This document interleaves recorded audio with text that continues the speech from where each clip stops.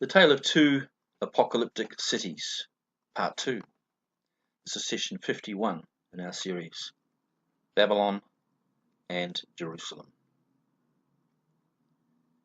Now, from the end of Part 1, we determined that the woman who rides upon the beast in Revelation 17 is the spirit of wickedness.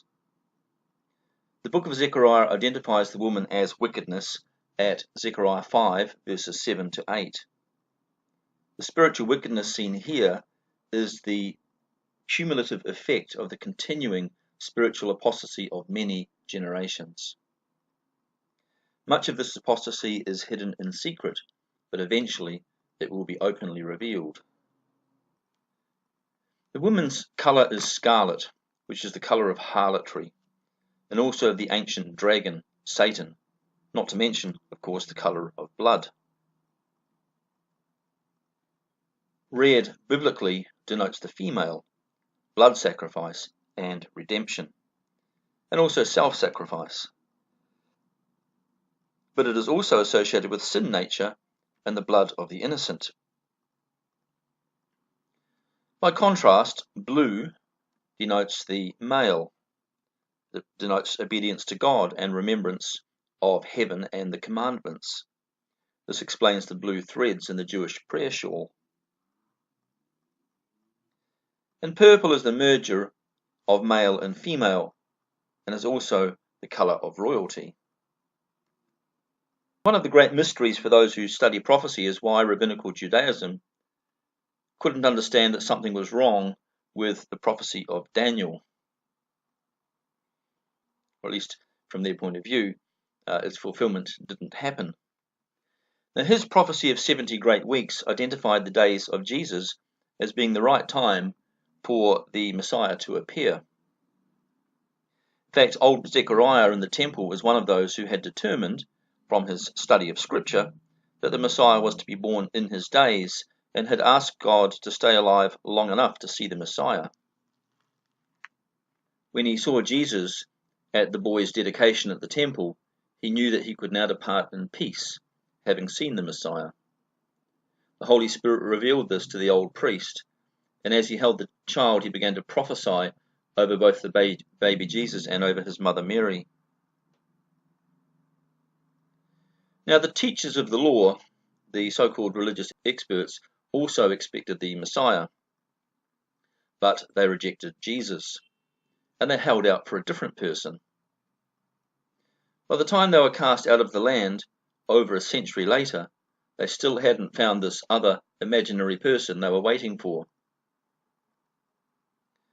One would have thought that in time they could admit their error, but instead they have just changed their interpretation of the messianic prophecies to conform to their new reality. The Jews began developing the idea, still taught in Judaism today, that the 70th week of Daniel 9's great prophecy would be fulfilled in the future, once the temple was rebuilt. They also began to think that perhaps the nation as a whole was messianic, and that there wasn't just a single person.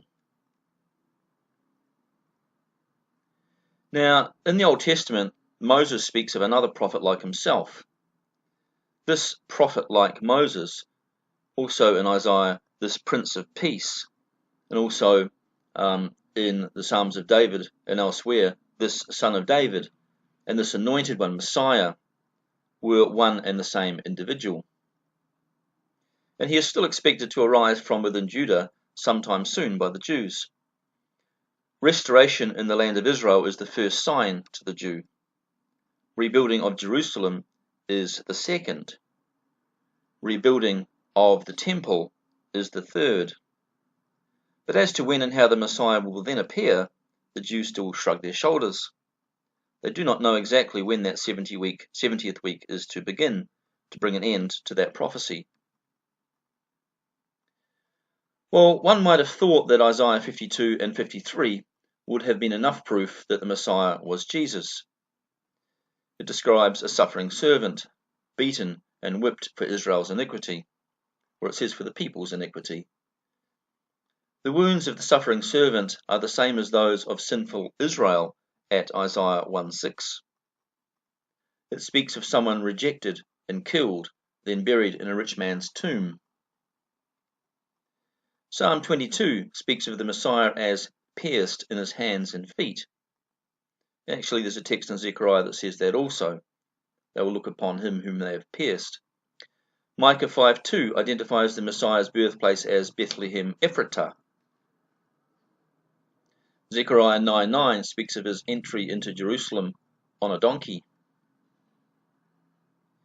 In fact, the number of messianic prophecies runs into the hundreds, depending on the Christian scholar involved, perhaps about 300 for the Messiah. But how much proof does a nation need? But what we do find in rabbinic circles today is that the suffering servant, redeeming the people, and this means now the peoples of the earth, is no singular Messiah, but the entire nation of Israel itself. The rabbis themselves have become apocalyptic in their reading. Israel is now like the singular entity that redeems the greater mass of all the nations. The people are now the nations of the Goyim. This is the only way they can escape the conclusion that if the Messiah was a person, they must have missed him. And so in this reading, the nation itself is messianic, and it suffers and receives rejection at the hands of other nations as part of the process of redeeming the world. But this particular passage is still so sensitive in Israel that it is not read in synagogues. It is the very same passage that the Ethiopian eunuch was struggling with when Philip miraculously came to him and explained the scriptures to him. Many Jews fled into the Russian steppes after 100 AD as part of the diaspora and integrated with the Khazar people.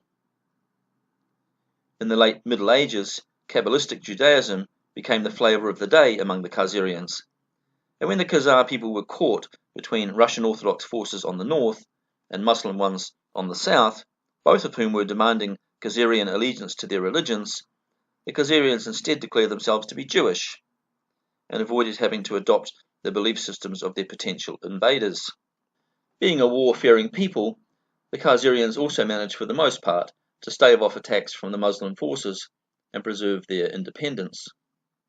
Now this nation, however, went on to become in some ways the vilest in history. And it is interesting that they are actually situated in what was originally the biblical territory of Agag, also known as Gog.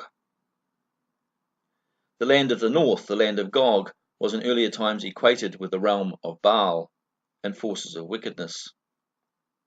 And Babylonian priests, who also lived in and near Khazaria, took over power in the land after 800 AD, and its oligarchs did indeed practice occult rituals involving human sacrifices to Baal.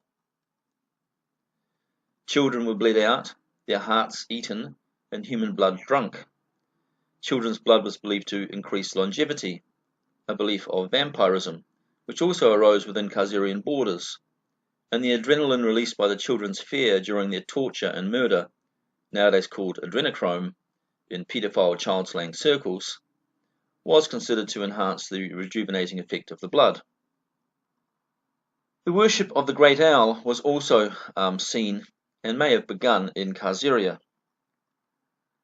And this is still seen today in modern times at places like Bohemia Grove. It is mainly within this period of high occult influence that the Babylonian Talmud was written. The Khazarian people were known about in Russia, which shared a border with them. The Russians despised them for their murders, their robberies, and identity theft. It was somewhere around 1200 AD that Russia demanded the nation behave, and perhaps adopt a state religion to bring their behavior into check, or otherwise suffer an invasion and extinction. Khazaria then nominated Judaism as its religion, yet it secretly persisted with its secret societies and diabolical activities. The Khazarians hoped one day to become powerful enough to teach Russia a lesson, and resented the Russian king's claim of having a divine right to rule in Russia and to lord it over them. They went on to become the scribes of communism and champions of political dialectic, and began making plans to overthrow monarchies and replace them with communist states. In England, they hired Oliver Cromwell to murder King Charles I, and in subsequent civil wars, the British royal families and many nobles were eliminated. They even managed to promote some of their own families to the throne, and families like the Rothschilds then arranged marriages with families of the British nobility and close to the British royalty. They also removed the money supply from the monarchy and set up the City of London banking sector. They stood against the notion of the divine right of kings and lobbied for the formation of a British Parliament. British bloodlines from which kings with divine right might emerge were gradually killed off throughout the 1600s. British coins were replaced by promissory notes, and money was no longer just stored in banks for a fee, but also now created in the form of interest-bearing loans, following Rothschild's lead. These English banks then began to finance wars everywhere, as the payback on loans for war was huge. Now, around the end of the 19th century, the Rothschilds extended their investment portfolio to include the financing of international narcotics empires, and were becoming vastly rich through the laundering of money associated with handling Chinese opium, and only lost their grip on this after the Chinese Opium Wars, when the Americans displaced them. Back in the 1700s, the Khazarians allegedly played their part in exterminating the French royalty at the guillotine.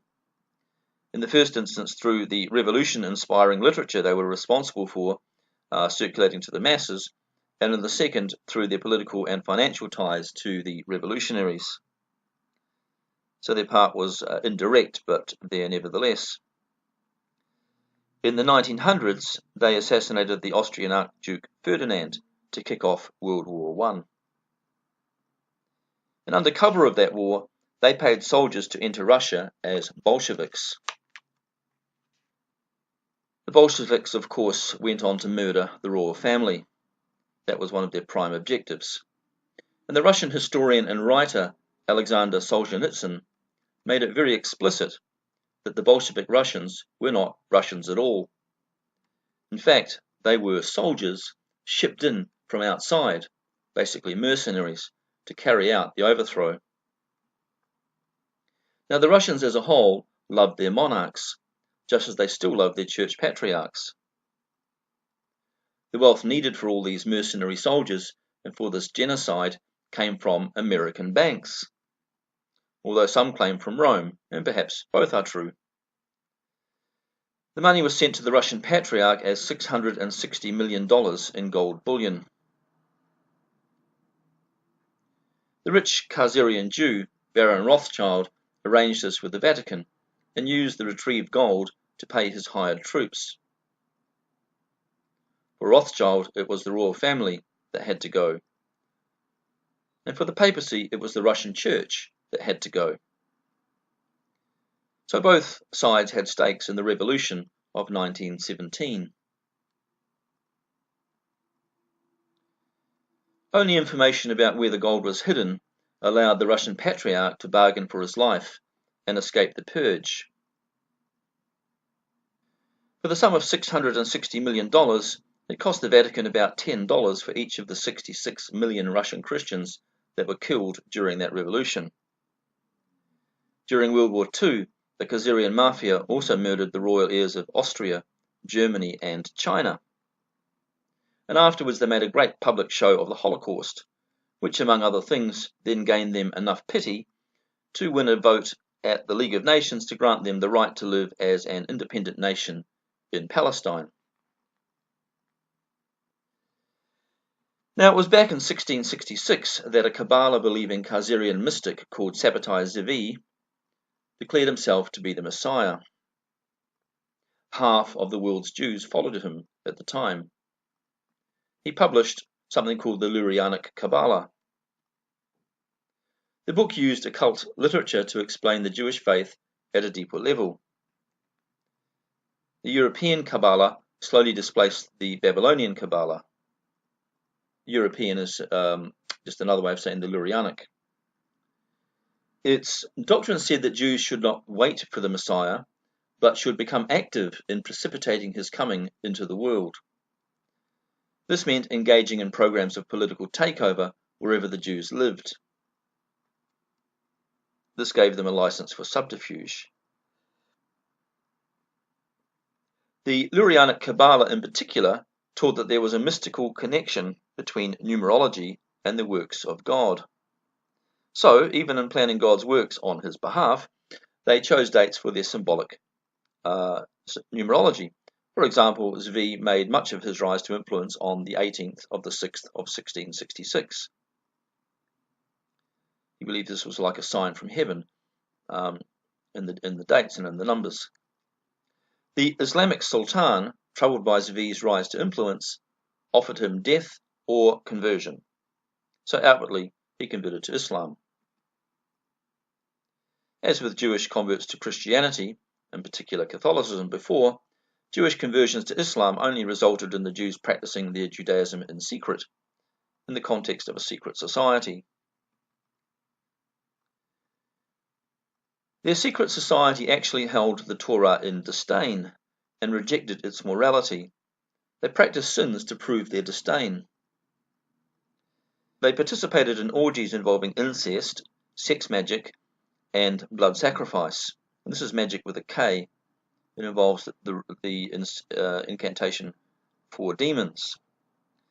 Their philosophy dealt with evil not as something to be destroyed, but to be embraced and rehabilitated, so that turning to righteousness was done with a deep knowledge of the sin they were afterwards turning away from. They called their penitence the righteous arm of the faith, like the catching of fallen sparks. But this is an essentially Gnostic way of thinking. This essentially Gnostic toleration of evil within good lay at the heart of proactive Zionism, which argued that the good may have to appear through tolerating much evil, or that evil may be required to get a good outcome, rather like the Jesuit slogan of "the end justifies the means." A later movement under Jacob Frank Leibowitz would seek to build upon this early movement of Zvi, but rather than stopping at the merger of good and evil, it would declare the good to be evil and the evil to be good. Frank's view was that if you can't be found good, then be found evil instead.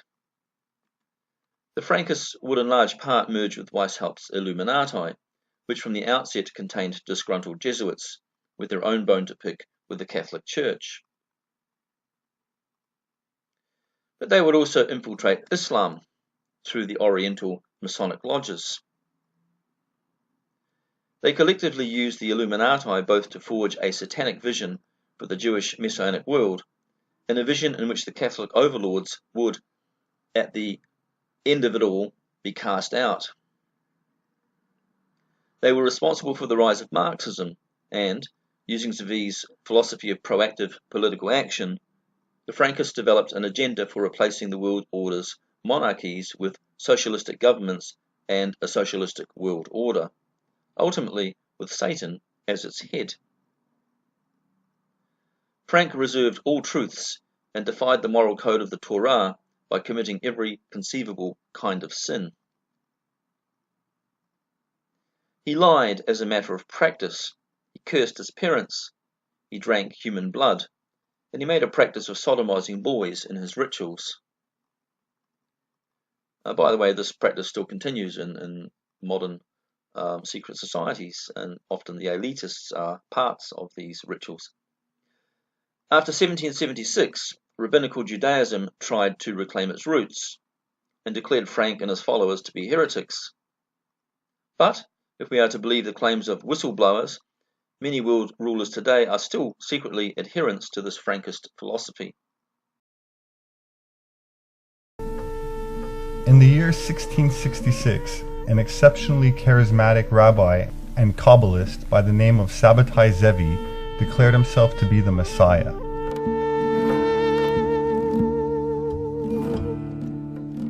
Born to an affluent family in western Anatolia, he was a particularly eccentric mystic who had attained a massive following of over 1 million devotees during his lifetime, roughly half the world's Jewish population in the 17th century. His extraordinary popularity, according to historians such as Professor Gershom Scholem, resulted largely from the publication and availability of what is today called the Lurianic Kabbalah. Named after Rabbi Isaac Luria, this new Kabbalah enjoyed broad dissemination in the 1500s thanks to the invention of the printing press in the previous century. Jews from around the world for the first time had access to occult literature about the deeper meaning of their faith, and the popularity of Jewish mysticism soared. A key aspect of the Lurian Kabbalah is that it required active participation to set the stage for the arrival of the Messiah, to bring about the conditions that would initiate or directly expedite the fulfillment of Jewish messianic prophecy. In other words, instead of simply waiting for God to act, the Lurianic perspective expected Jews to play an active role in bringing forth God's kingdom on earth. This new European Kabbalah, as opposed to the older Chaldean version, is unanimously attributed to Luria and was extremely popular at the time, and is still the most broadly disseminated and used Kabbalistic system taught today. Part of this Kabbalistic method included ways of interpreting the supernatural relationship between events and time, often through letters and numbers. The magical emphasis given to the numerological value of dates contributed greatly to the widely held expectations and hope placed on the coming of a Messiah at the time of Sabbatai Zevi's advent of the 18th day, which is 6 plus 6 plus 6, of the 6th month of the year 1666. Sabbatai Zevi's messianic claims were rejected by the leading rabbis of Jerusalem, as well as the Sultan of the Ottoman Empire, who offered to behead him if he didn't convert to Islam, which he immediately did. Sabbatai's formal conversion to Islam really dismayed many of his followers, to say the least, but those who continued to be loyal to the Sabbatean movement took it as a sign to also convert to Islam, while secretly maintaining their Jewish identity and mystical occult practices, which included religious orgies involving incest, sex magic, and sacrifice. His followers are known today in Turkey as the Donme, which translates to religious converts, a derogatory term which they themselves never used. And so the Lurian Kabbalah became a mystical synthesis between pagan teachings which preceded the Torah and Gnostic elements of Judaism. Many texts pertaining to the Kabbalah, including the Zohar, say that the task is not to destroy evil, but to return it to its source. To put it simply, to include the left within the right, in the Zoroastric metaphor, or to uplift the fallen sparks in the Lurianic one. The rapid spread of the teachings of Rabbi Isaac Luria and his Lurianic Kabbalah resulted in a grafting of the then current theories of the Kabbalists onto the traditional Jewish view of the role and personality of the Messiah. This new philosophic paradigm, in the estimation of many scholars, provided a spiritual justification for proactive Zionism, and therefore the events that directly brought about the modern formation of Israel.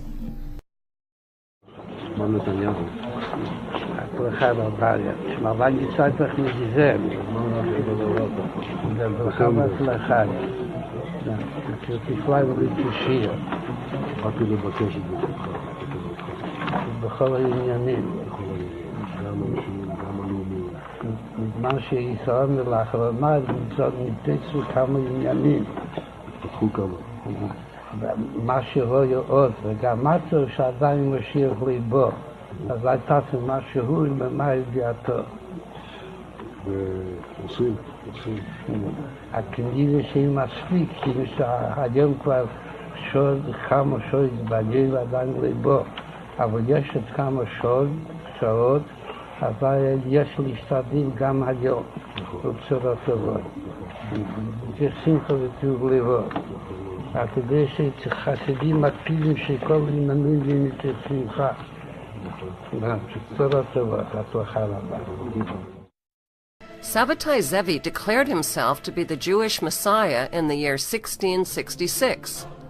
This false Messiah led the largest Messiah movement in Jewish history and attracted more than half the population of European Jews. How did he do it? By promising to return the Jews to their ancestral homeland in Palestine. Sabbatai Zevi made everything that was holy unholy. He rejected the rules of the Jewish holy books and every standard of Jewish decency. There would be no more guilt or sin or right or wrong, no more sexual taboos, no more 10 commandments, no more fasting. Instead, there would be feasting. Sabbatai Zevi's immoral leadership finally fell from grace when the Sultan of Turkey threatened him with torture unless he converted to Islam. Sabbatai converted to Islam, but he brought his infectious evil theology with him. But very few people have heard of Sabbatai Zevi, who declared himself the Messiah in 1666. By proclaiming redemption was available through acts of sin, he amassed a following of over 1 million passionate believers, which was about half of the world's Jewish population during the 17th century. Although many rabbis at the time considered him a heretic, his fame extended far and wide. Sabbatai's adherents planned to abolish many ritualistic observances because, according to the Talmud, holy obligations would no longer apply in the Messianic time. Fasting days became days of feasting and rejoicing. Sabbateans encouraged and practiced sexual promiscuity, adultery, incest, and religious orgies. About a century after Sabbatai Zevi's death in 1676, his Kabbalistic successor, Jacob Frank, expanded upon and continued his occult philosophy. Frankism, a religious movement of the 18th and 19th centuries, centered on his leadership and his claim to be the reincarnation of the Messiah, Sabbatai Zevi, and he, like Zevi, would perform strange acts that violated traditional religious taboos, such as eating fats forbidden by Jewish dietary laws, ritual sacrifice, and promoting orgies and sexual immorality. He often slept with his followers, as well as his own daughter, while preaching a doctrine that the best way to imitate God was to cross every boundary, transgress every taboo, and mix the sacred with the profane. Hebrew University of Jerusalem professor Gershom Scholem called Jacob Frank, and I quote, one of the most frightening phenomena of the whole Jewish history. So Jacob Frank would eventually enter into an alliance formed by Adam Weishaupt and Mayor Amschel Rothschild called the Order of the Illuminati. The objectives of this organization was to undermine the world's religions and power structures in an effort to usher in what they considered a utopian era of basically global communism, which they would covertly rule through their hidden hand, which they called the New World Order. Using secret societies, such as the Freemasons, their agenda has played itself out over the centuries, staying true to the script. The Illuminati handle opposition by a near total control of the world's media, academic opinion leaders, politicians, and financiers. Still considered nothing more than just a theory to many, more and more people are starting to wake up each day to the possibility that this is not just a theory, but an actual conspiracy. Jacob Frank Leibovich is the mastermind behind a global network of satanic cults. He taught that the Creator God was evil. Jacob Frank proclaimed himself as the true Messiah. He vowed never to tell the truth. He rejected every moral law, and declared that the only way to a new society was through the total destruction of civilization. Murder, rape, incest, and the drinking of blood were perfectly acceptable actions and rituals. His followers established the Marxist system and have infiltrated Islam and Judaism. He was the Messiah of the Illuminati. 1 century later, Jacob Frank proclaimed himself to be the reincarnation of Sabbatai Zevi and the living Messiah for all Jews. Not even Sabbatai Zevi was as evil as Jacob Frank and his disciples.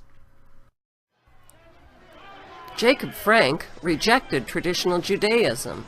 He reversed the truth and told his followers, since we can't all be saints, let's all be sinners. The best way to imitate God, said Frank, is to cross every boundary, transgress every taboo, and mix, as God did, the sacred with the profane. Orgies, incest, rape, and sexual intercourse with children, including sodomy on young boys, were no longer sinful.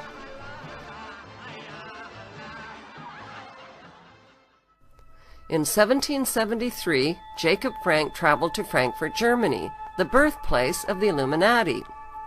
That's where he formed an unholy alliance with Adam Weishaupt and Mayer Amschel Rothschild's banking dynasty. The ambition of the Rothschild dynasty was to win control of the world's gold, central banks, and wealth.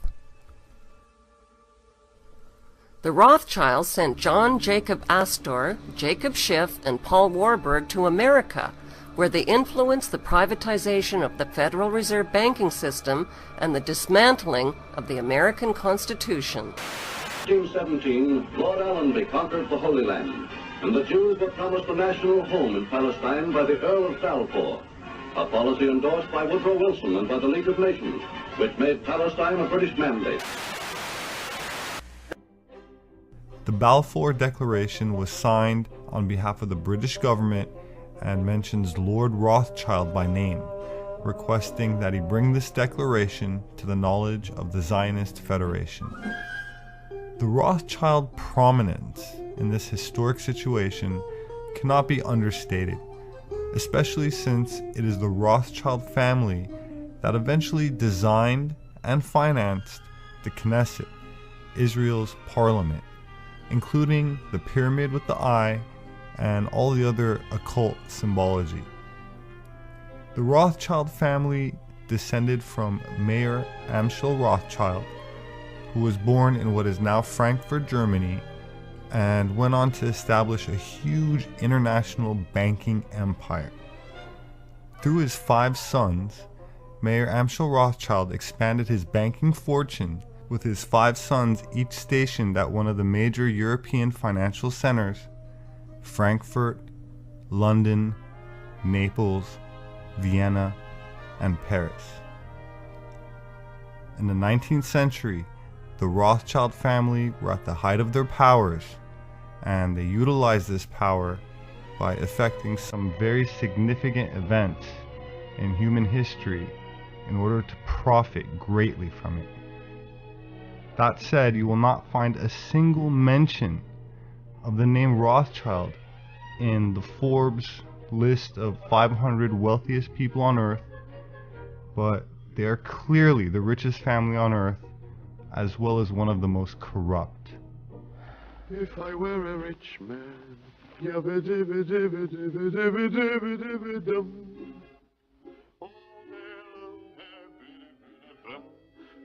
were a wealthy man, I wouldn't have to work hard.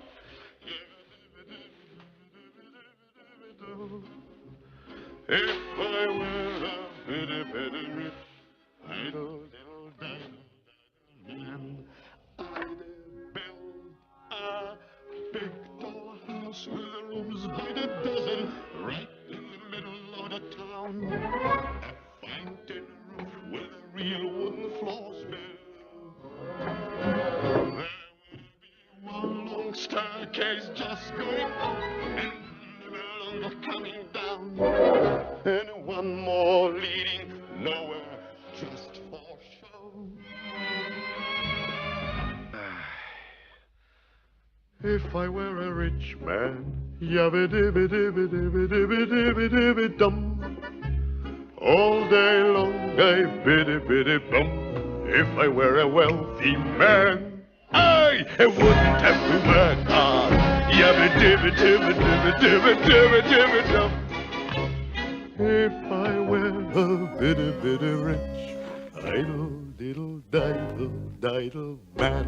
Yada dee da da, yada da da, yada da da da. And it won't make one bit of difference if I answer right or wrong. When you're rich, they think you really know. If I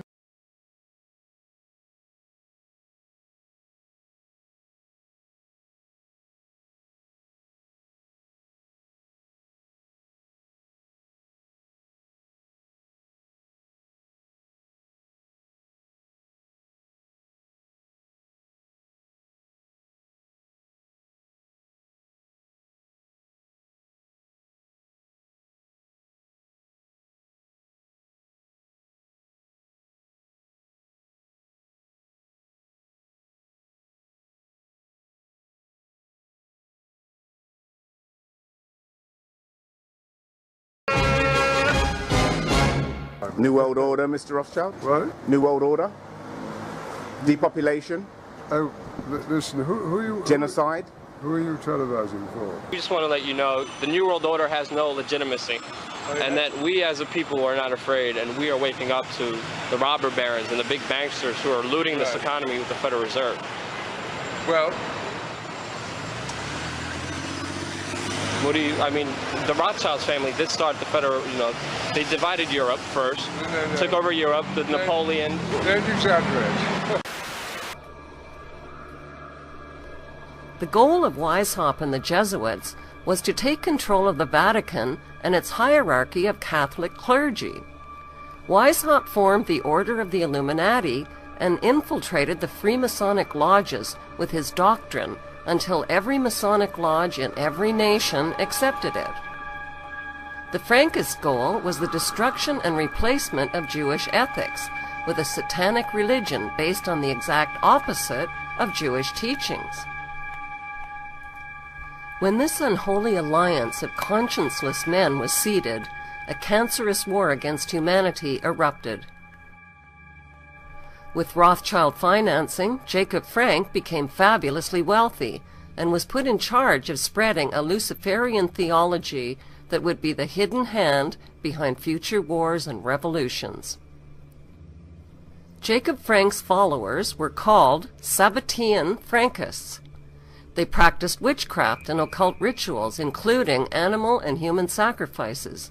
Lucifer, they declared, was the true God. The Sabbatean Frankists expanded their movement by masquerading as converts to other religions. They converted to Catholicism and to Islam, where they embedded themselves and spread their Luciferian infection as closeted crypto-Jews. The Frankists traded their wives and daughters with members and with powerful non-members who they needed to seduce into their cult. Jewish professor Gershon Scholem called Jacob Frank one of the most frightening men in Jewish history.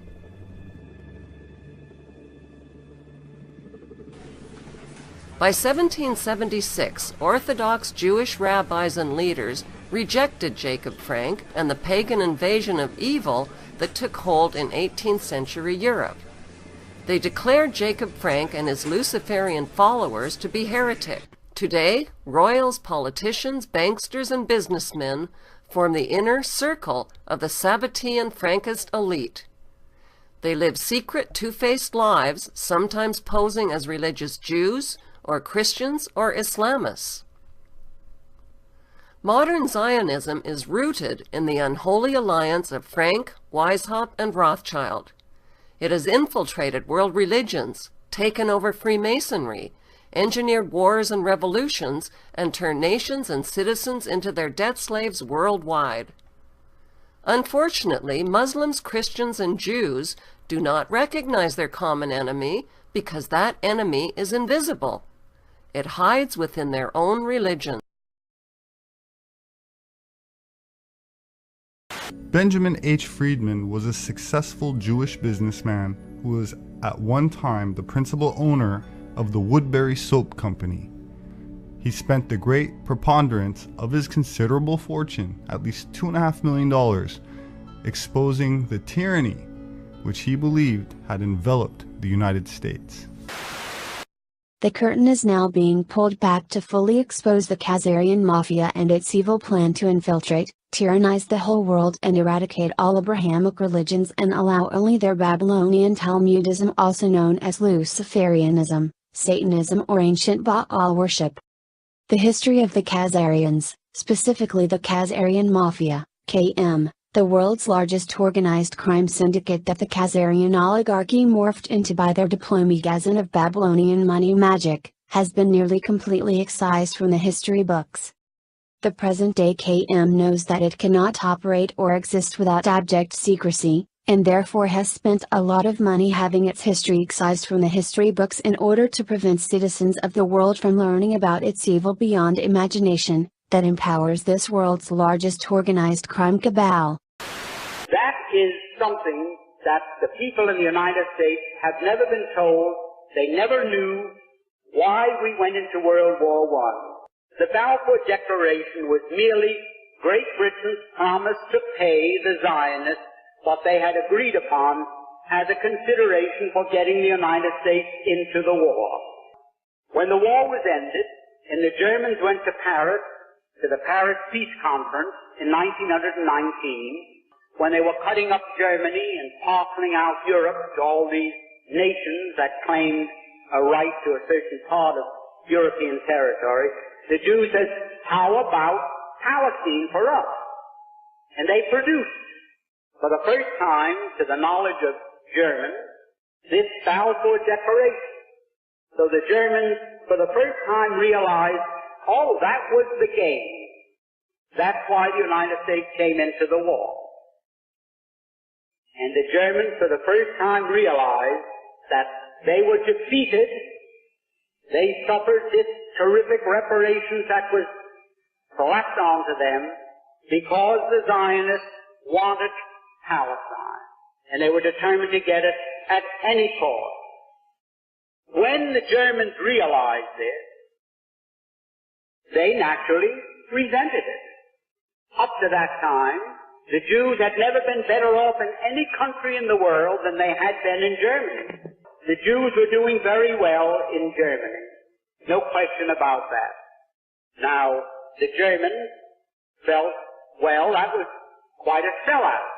We've been so nice to them, and from 1905 on, when the first communist revolution in Russia failed, and the Jews had to scramble out of Russia, they all went to Germany, and Germany gave them refuge, and they were treated very nicely. And here, they sold Germany down the river for no reason at all, other than they wanted Palestine as a so-called Jewish colony. We have done the best we can to reconstruct it. Khazarian Mafia's secret history and blood oath to take revenge on Russia for helping Americans win the Revolutionary War and the Civil War, and their blood oath of revenge against America and Americans for winning these wars and sustaining the Union. At the Syrian Conference on Combating Terrorism and Religious Extremism December 1, 2014, in his keynote address, Veterans Today senior editor and director Gordon Duff disclosed publicly for the first time ever that world terrorism is actually due to a large international organized crime syndicate associated with Israel. This disclosure sent shockwaves at the conference and almost instantly around the world, as almost every world leader received reports of Gordon Duff's historical disclosure that same day, some within minutes. And the shockwaves from his historic speech in Damascus continue to reverberate around the world even to this very day. And now Gordon Duff has asked President Putin to release Russian intel which will expose about 300 traitors in Congress for their serious serial felonies and statutory espionage on behalf of the Khazarian Mafia, KM, against America and many Middle East nations.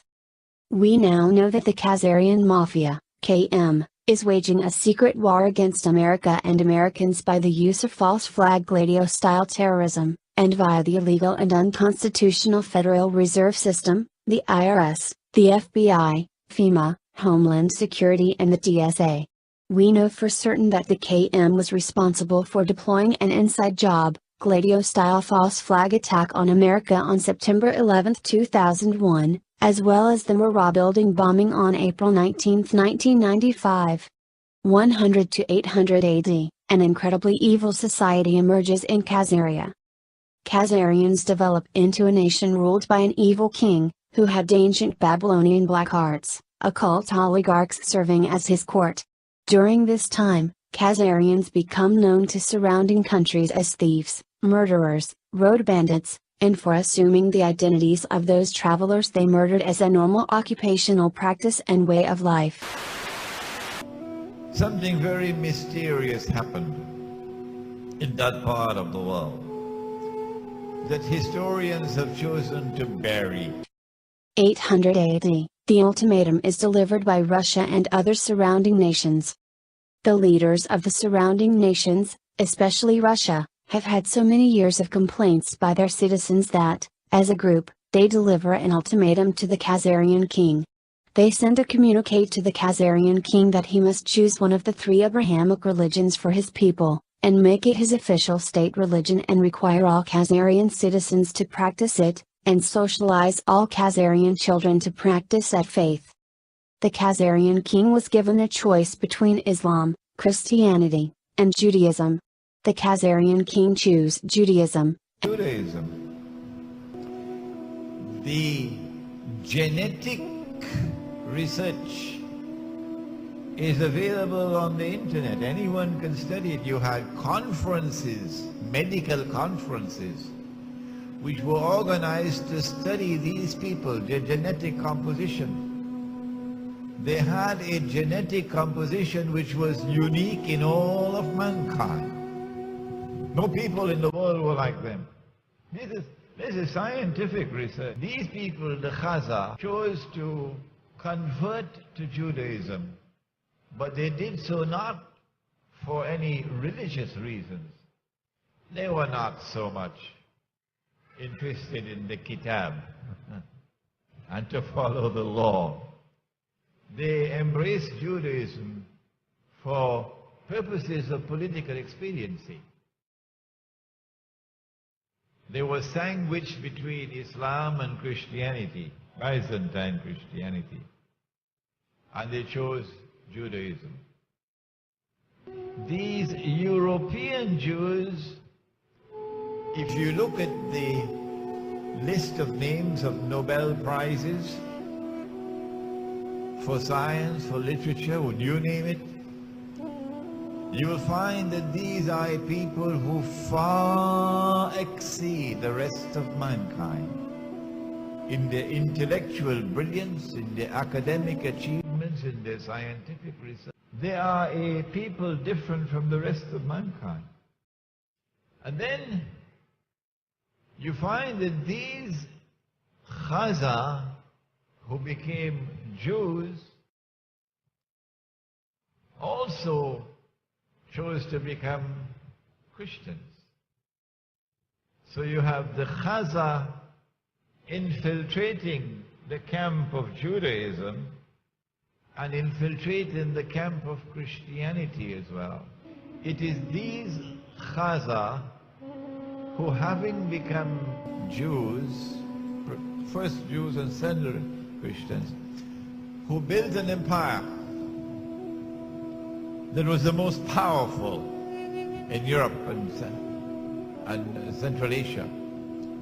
And when the armies of Islam had simultaneously defeated the two superpowers in the world, the Persian Empire and Byzantium, and had emerged as the most powerful military force in the world, Khazar blocked our way.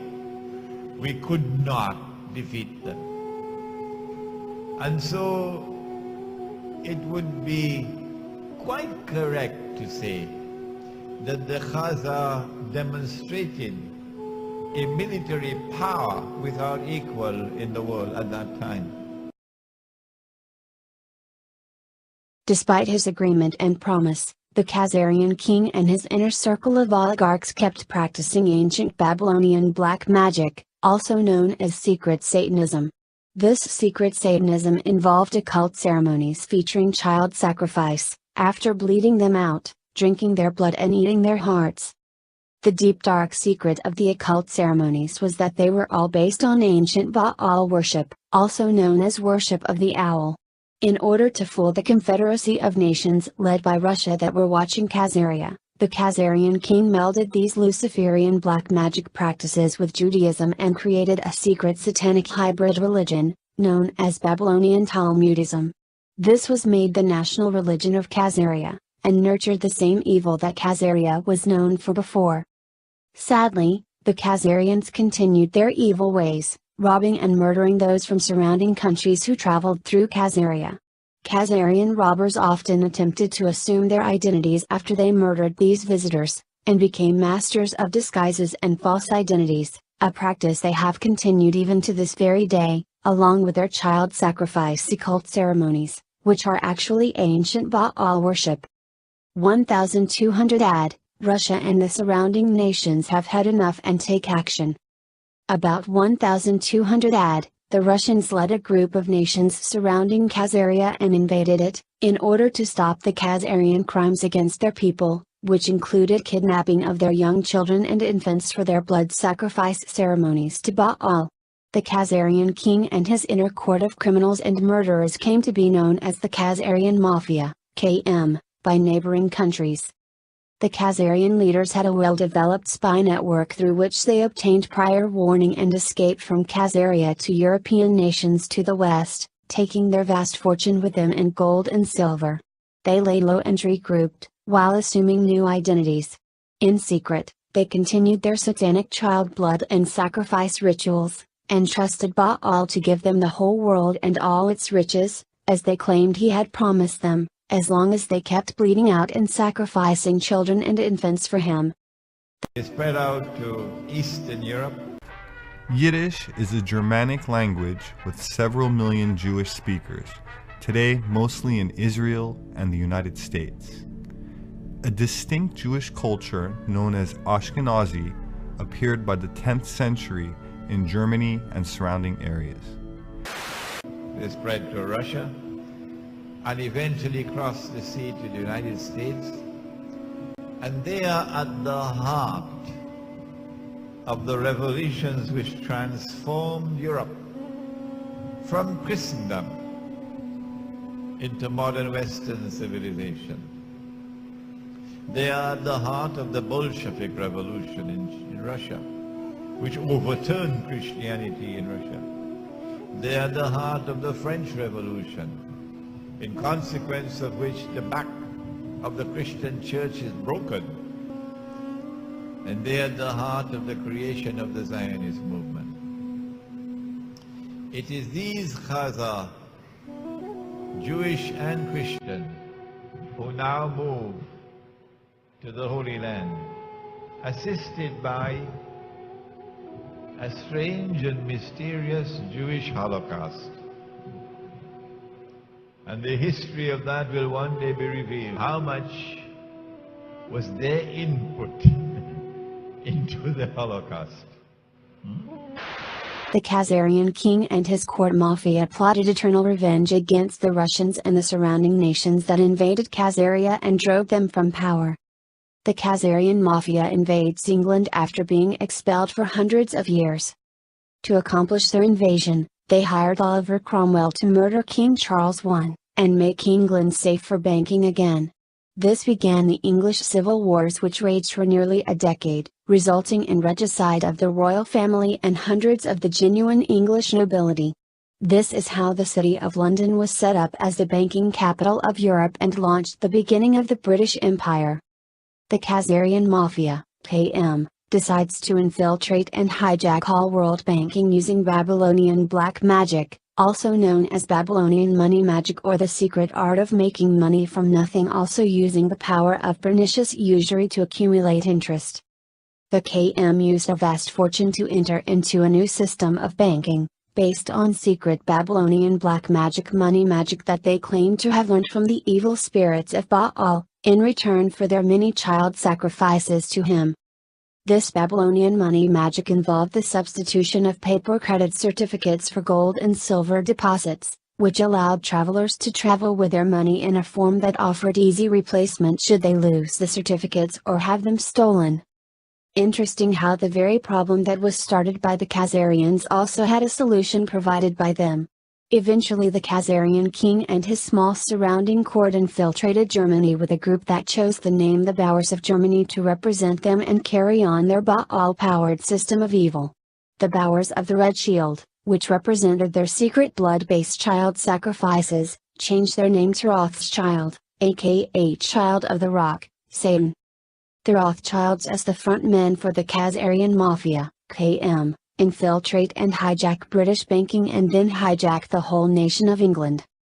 Bower, Rothschild had 5 sons who infiltrated and took over European banking and the City of London's central banking system through various crafty covert operations, including a false report of Napoleon winning against the British, when actually he lost.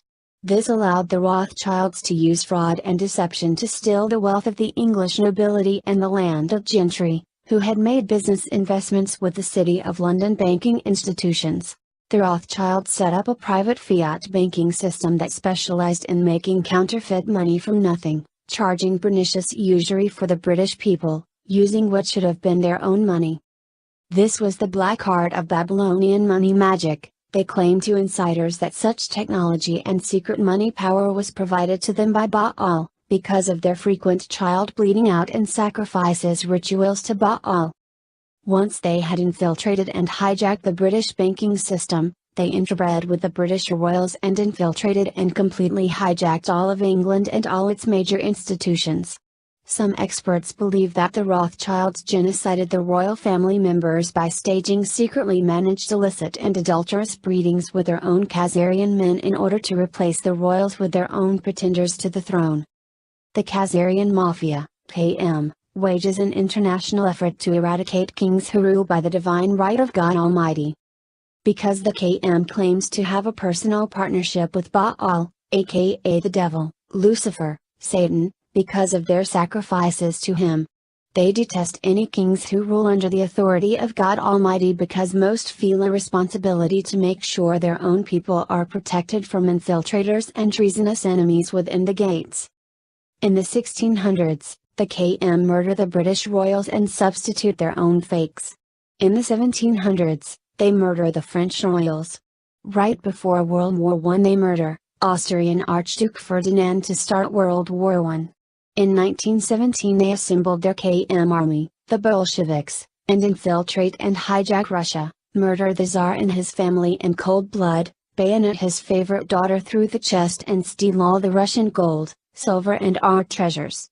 Ashkenaz was the medieval Hebrew name for Germany.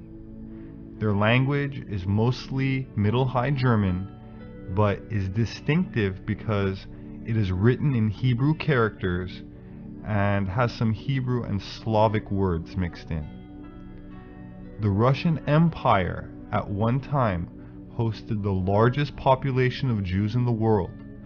Within this territory, the primarily Ashkenazi Jewish communities gave rise to the Bolsheviks, who had engineered the Russian Revolution of 1917 and had managed to kill, in the process, some 66 million Russian Christians.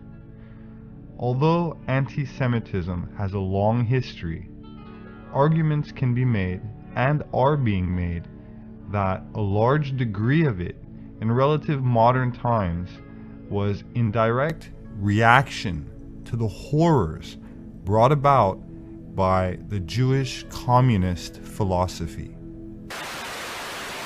Right before World War II, they murder the Austrian and German royals. Then they get rid of the Chinese royals and disempower the Japanese ruler. The Khazarian Mafia's intense hatred of anyone who professed faith in any god but their god Baal has motivated them to murder kings and royalty, and make sure they can never rule. They have done the same with American presidents, running sophisticated covert operations to disempower them. If that doesn't work, the KM assassinates them, like they did to McKinley, Lincoln and JFK. The KM wants to eliminate any strong rulers or elected officials who dare to resist their Babylonian money magic power or their covert power gained from their deployment of their human compromise network.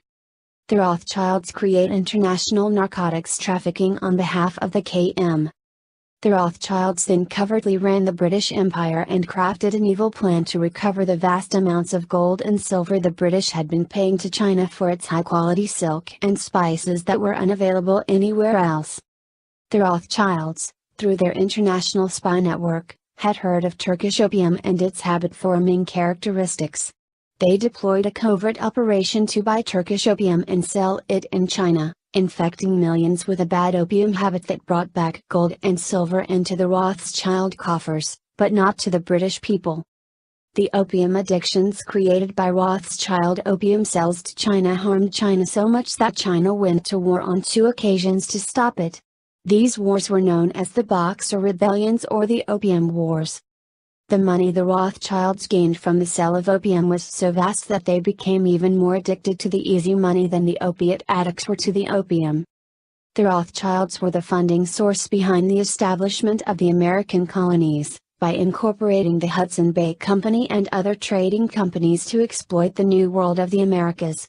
It was the Rothschilds who ordered the mass extermination and genocide of the indigenous people of North America to allow for exploitation of the vast national resources of the continent. The Rothschilds also followed the same business template in the Caribbean and in the Asian subcontinent of India, resulting in the murder of millions of innocent people. The Rothschilds started the international slave trade, an enterprise that viewed these kidnapped humans as mere animals, a view that the Khazarians would impose on all the people of the world who were not part of their evil circle, which some called the old black nobility. The Rothschilds' next big project was to start the worldwide slave trade, buying slaves from crooked tribal chiefs in Africa who worked with them to kidnap members of competing tribes for sale as slaves. The Rothschild slave traders then took these kidnapped slaves on their ships in cramped cells to America and the Caribbean where they were sold. Many died at sea due to bad conditions. The Rothschild bankers learned early on that war was a great way to double their money in a short time by lending money to both warring sides. But in order to be guaranteed collections, they had to get taxation laws passed, which could be used to force payment. The KM Rothschild private fiat counterfeit banksters plot eternal revenge against the American colonists and Russia who assisted them for losing the Revolutionary War. When the Rothschilds lost the American Revolution, they blamed the Russian Tsar and the Russians for assisting the colonists by blockading British ships. They swore eternal revenge on the American colonists, just as they had when the Russians and their allies crushed Khazaria in 1000 AD.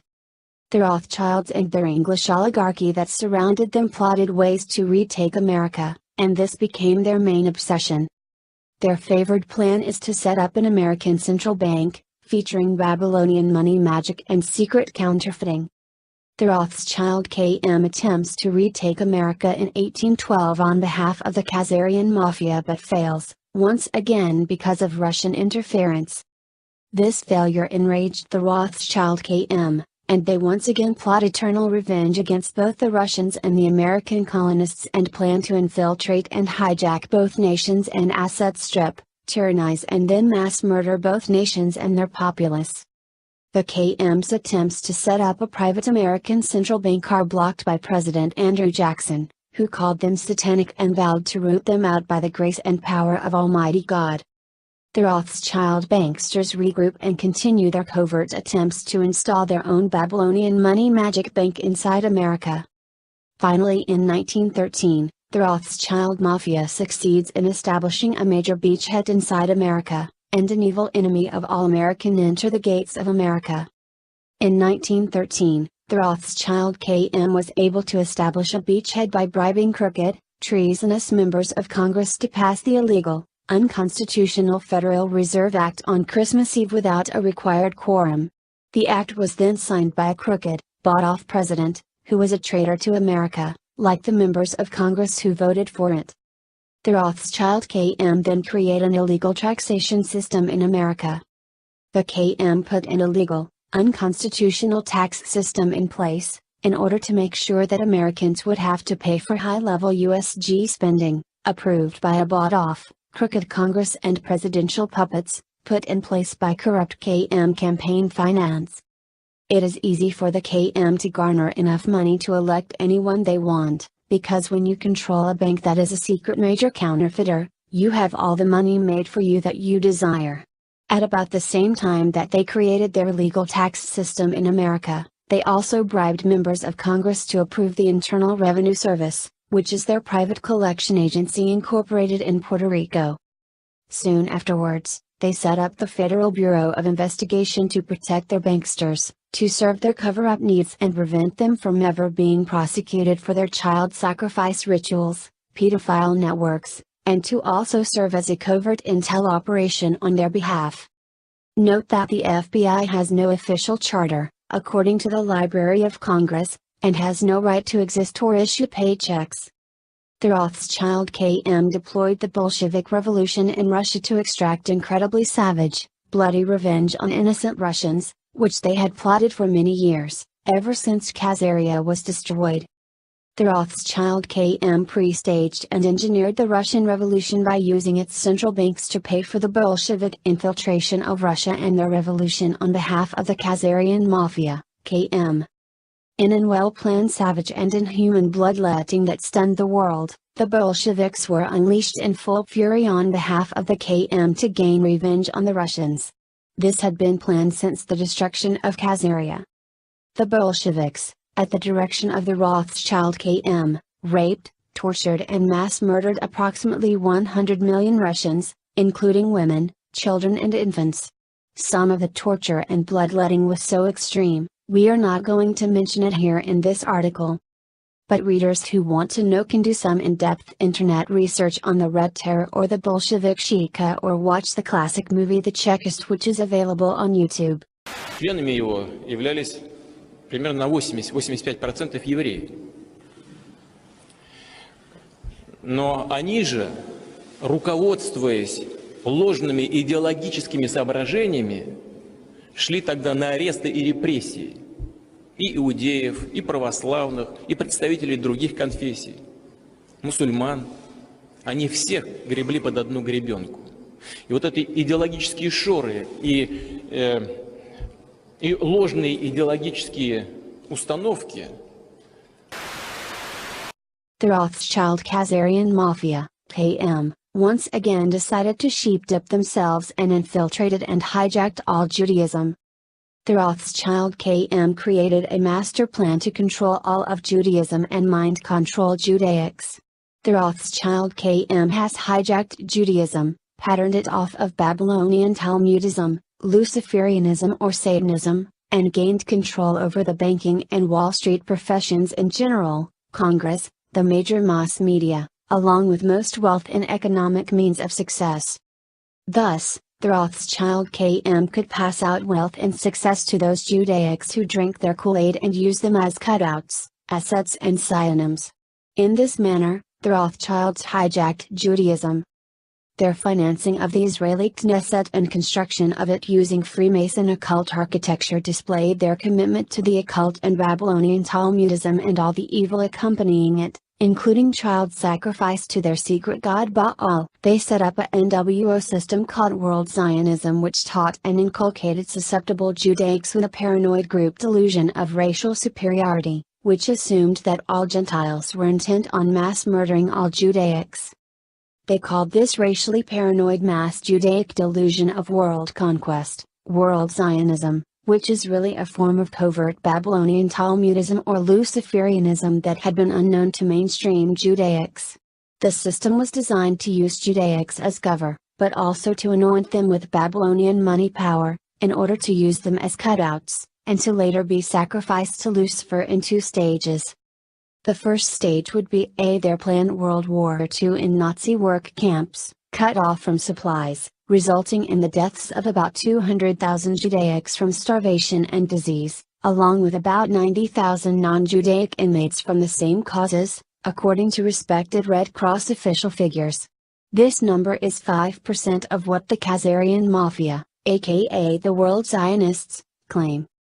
The second great sacrifice would be a final one, when their New World Order Luciferian king would be placed into power, and when all three Abrahamic religions would be eradicated, especially Judaism, which would be blamed for all the wars and destruction of the world. By then, the Rothschilds would once again morph themselves into a complete new identity not associated with Judaism in any form, not even World Zionism.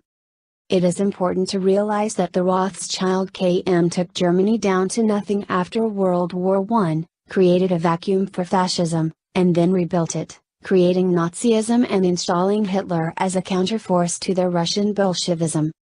Hitler became a problem for the KM when he broke free and began acting in the interests of the German people and the free people of the world, and developed his own banking system free of the Rothschilds. Hitler introduced a financial system that was free of usury and beneficial to the working class. This mandated the utter destruction of Germany and the German people, because the Rothschilds and the Khazarians could never allow an economic system that did not depend upon usury to exist. We see the same thing today with the Khazarian war against Islam, because Islam forbids usury. That is why Israel is so vocal and aggressive about destroying the Islamic people of the world. The KM expected this to be a large World War II, and when they supported both sides, this could be used to industrialize the whole world and maximize their bankster money power. The Rothschild KM then bribed and induced members of Congress to send American soldiers to their prestige and engineered World War I. As a continuance of their well-proven pattern of financing both sides in any war to maximize profits, the acquisition of more federal tax monies and increased international power, the Rothschild Khazarians once again bribed, blackmailed and induced members of Congress to declare war against Germany in 1917. When World War I erupted in 1914, President Woodrow Wilson pledged neutrality for the United States, a position that the vast majority of Americans favored. At the start of the war, Germany had 48 submarines of 13 classes in service or under construction. The U-boat was the Germans' most formidable naval weapon, a military submarine far more sophisticated than those built by other nations at the time.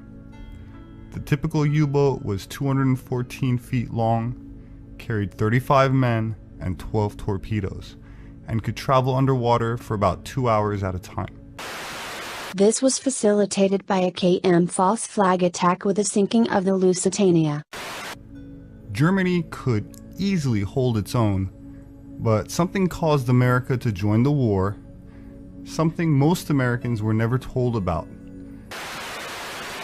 With British Prime Minister Lloyd George up against a wall, Lionel Rothschild and the Jewish Zionists offered the British a deal they couldn't refuse. "We'll bring the United States into the war as your ally and win the war for you," they said, "if you'll promise us Palestine." In April of 1917, President Wilson got the green light and declared war on Germany. In return, the British government wrote the famous Balfour Declaration and addressed it to none other than Lord Lionel Rothschild. The declaration promised Palestine and Israel to the Rothschild Zionists. In 1917, Lord Allenby conquered the Holy Land, and the Jews were promised a national home in Palestine by the Earl of Balfour, a policy endorsed by Woodrow Wilson and by the League of Nations, which made Palestine a British mandate. The Rothschild KM has since developed the usual pattern of covertly staging false flag attacks as a standard operating procedure for inducing Americans to fighting wars for the Khazarian Mafia. After World War II was finished, the Rothschild KM deployed the Cold War, and used this as an excuse to bring Nazi scientists and mind control experts to America under Operation Paperclip. This allowed them to set up a worldwide spying and espionage system that far exceeded any of their prior efforts. Under this new system, they continued to infiltrate and hijack all American institutions, including the various American church systems, Freemasonry, especially the Scottish Rite and York Rite, the U.S. military, U.S. intel, and most private defense contractors, the judiciary and most agencies of the USG, including most state governments, and both major political parties as well. The Rothschild KM sets up Nazi work camps as a pretext to later manipulate the Allies into granting them their own private colony in Palestine, using land stolen from the Palestinians. The Rothschild KM was able to use their self-mislabeled, so-called Holocaust to serve as a mind control trigger to thwart and resist any criticism of their Zionist ways. The truth of the matter was that the Rothschild KM set up the Nazi work camps to make huge profits for their corporations that ran their work camps and supplied their Nazi war machine. Once the Rothschild KM gained their own private homeland in Israel in 1947 through their covert political manipulations, they began to secretly view all of Palestine as their new Khazaria, and began plotting how to genocide all the Palestinians and steal all of Palestine for themselves. Their plans include their fantasy of constructing a greater Israel by taking over the whole Middle East and manipulating dumb American goyim to fight and die on their behalf, taking all the Arab lands for Israel and the Khazarian Mafia, KM, so they can asset strip their wealth and natural resources, especially their crude oil.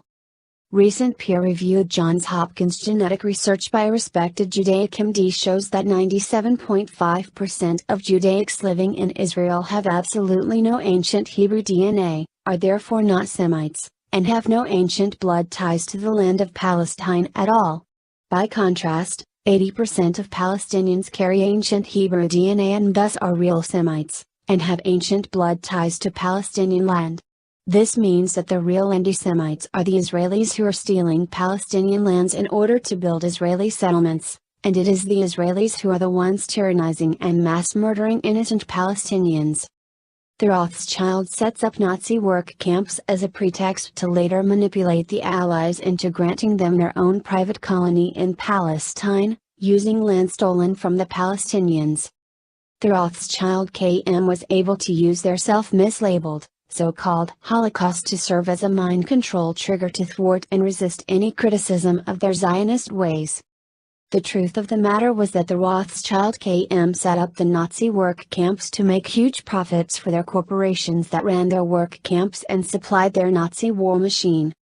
Once the Rothschild KM gained their own private homeland in Israel in 1947 through their covert political manipulations, they began to secretly view all of Palestine as their new Khazaria, and began plotting how to genocide all the Palestinians and steal all of Palestine for themselves. Their plans include their fantasy of constructing a greater Israel by taking over the whole Middle East and manipulating dumb American goyim to fight and die on their behalf, taking all the Arab lands for Israel and the Khazarian Mafia, KM, so they can asset strip their wealth and natural resources, especially their crude oil.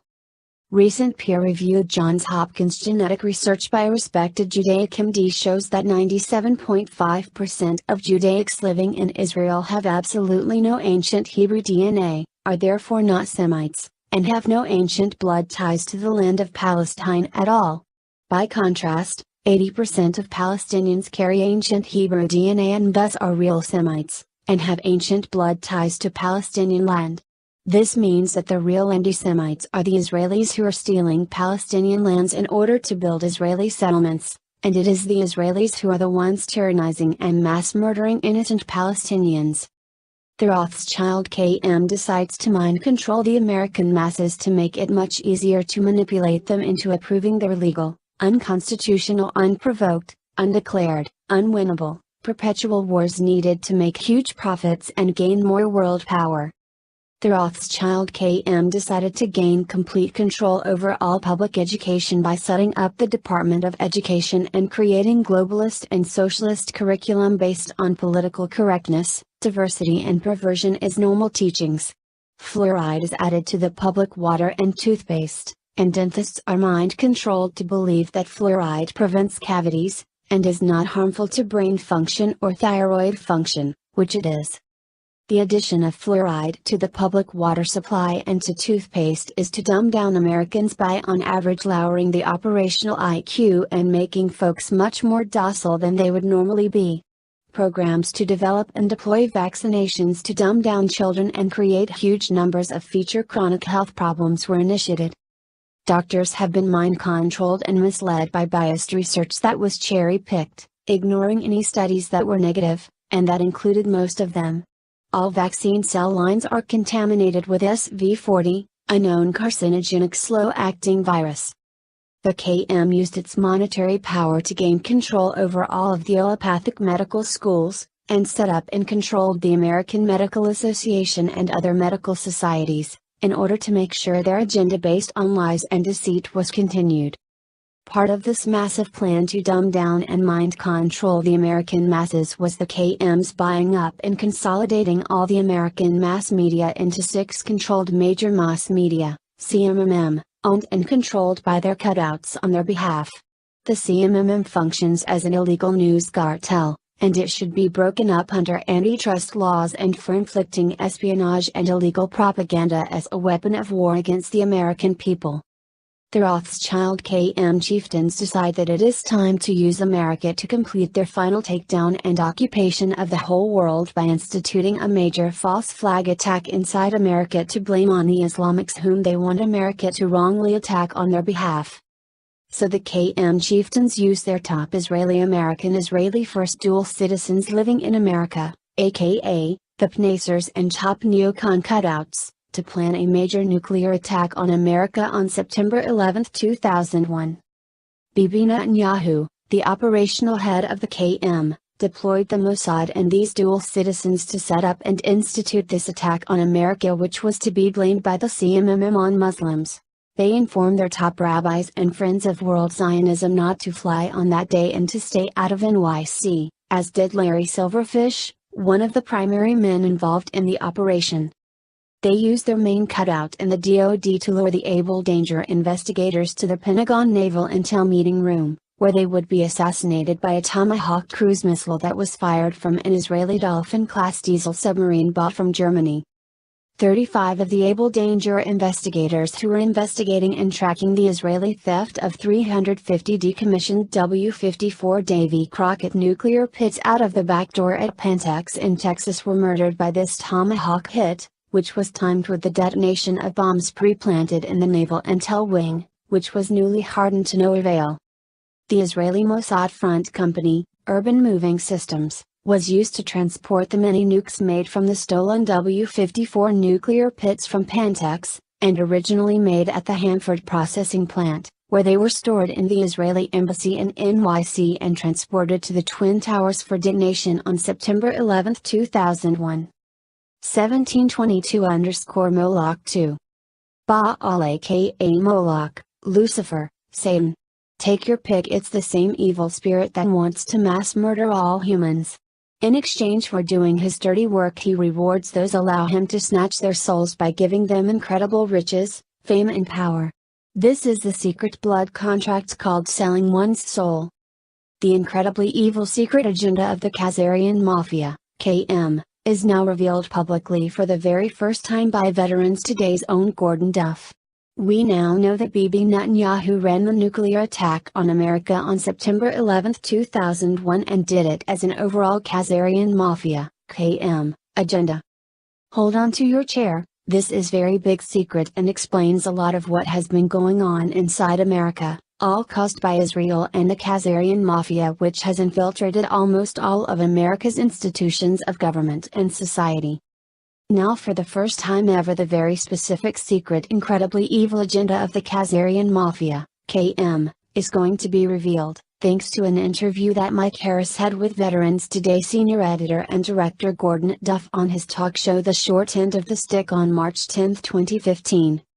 I have heard a lot of shocking insiders' secrets over the years, but this one really takes the cake and explains exactly what Israel and its minions in America have been to us on behalf of the Rothschild Khazarian Mafia that has screwed up almost every aspect of our lives, creating a poor economy, lots of unemployment and underemployment, massive crime, alcoholism and drug, screwed up schools that dumb down the kids, Various eugenics programs like fluoride in the public water and toothpaste, and mercury in vaccines, which are a big fraud, and rampant political corruption.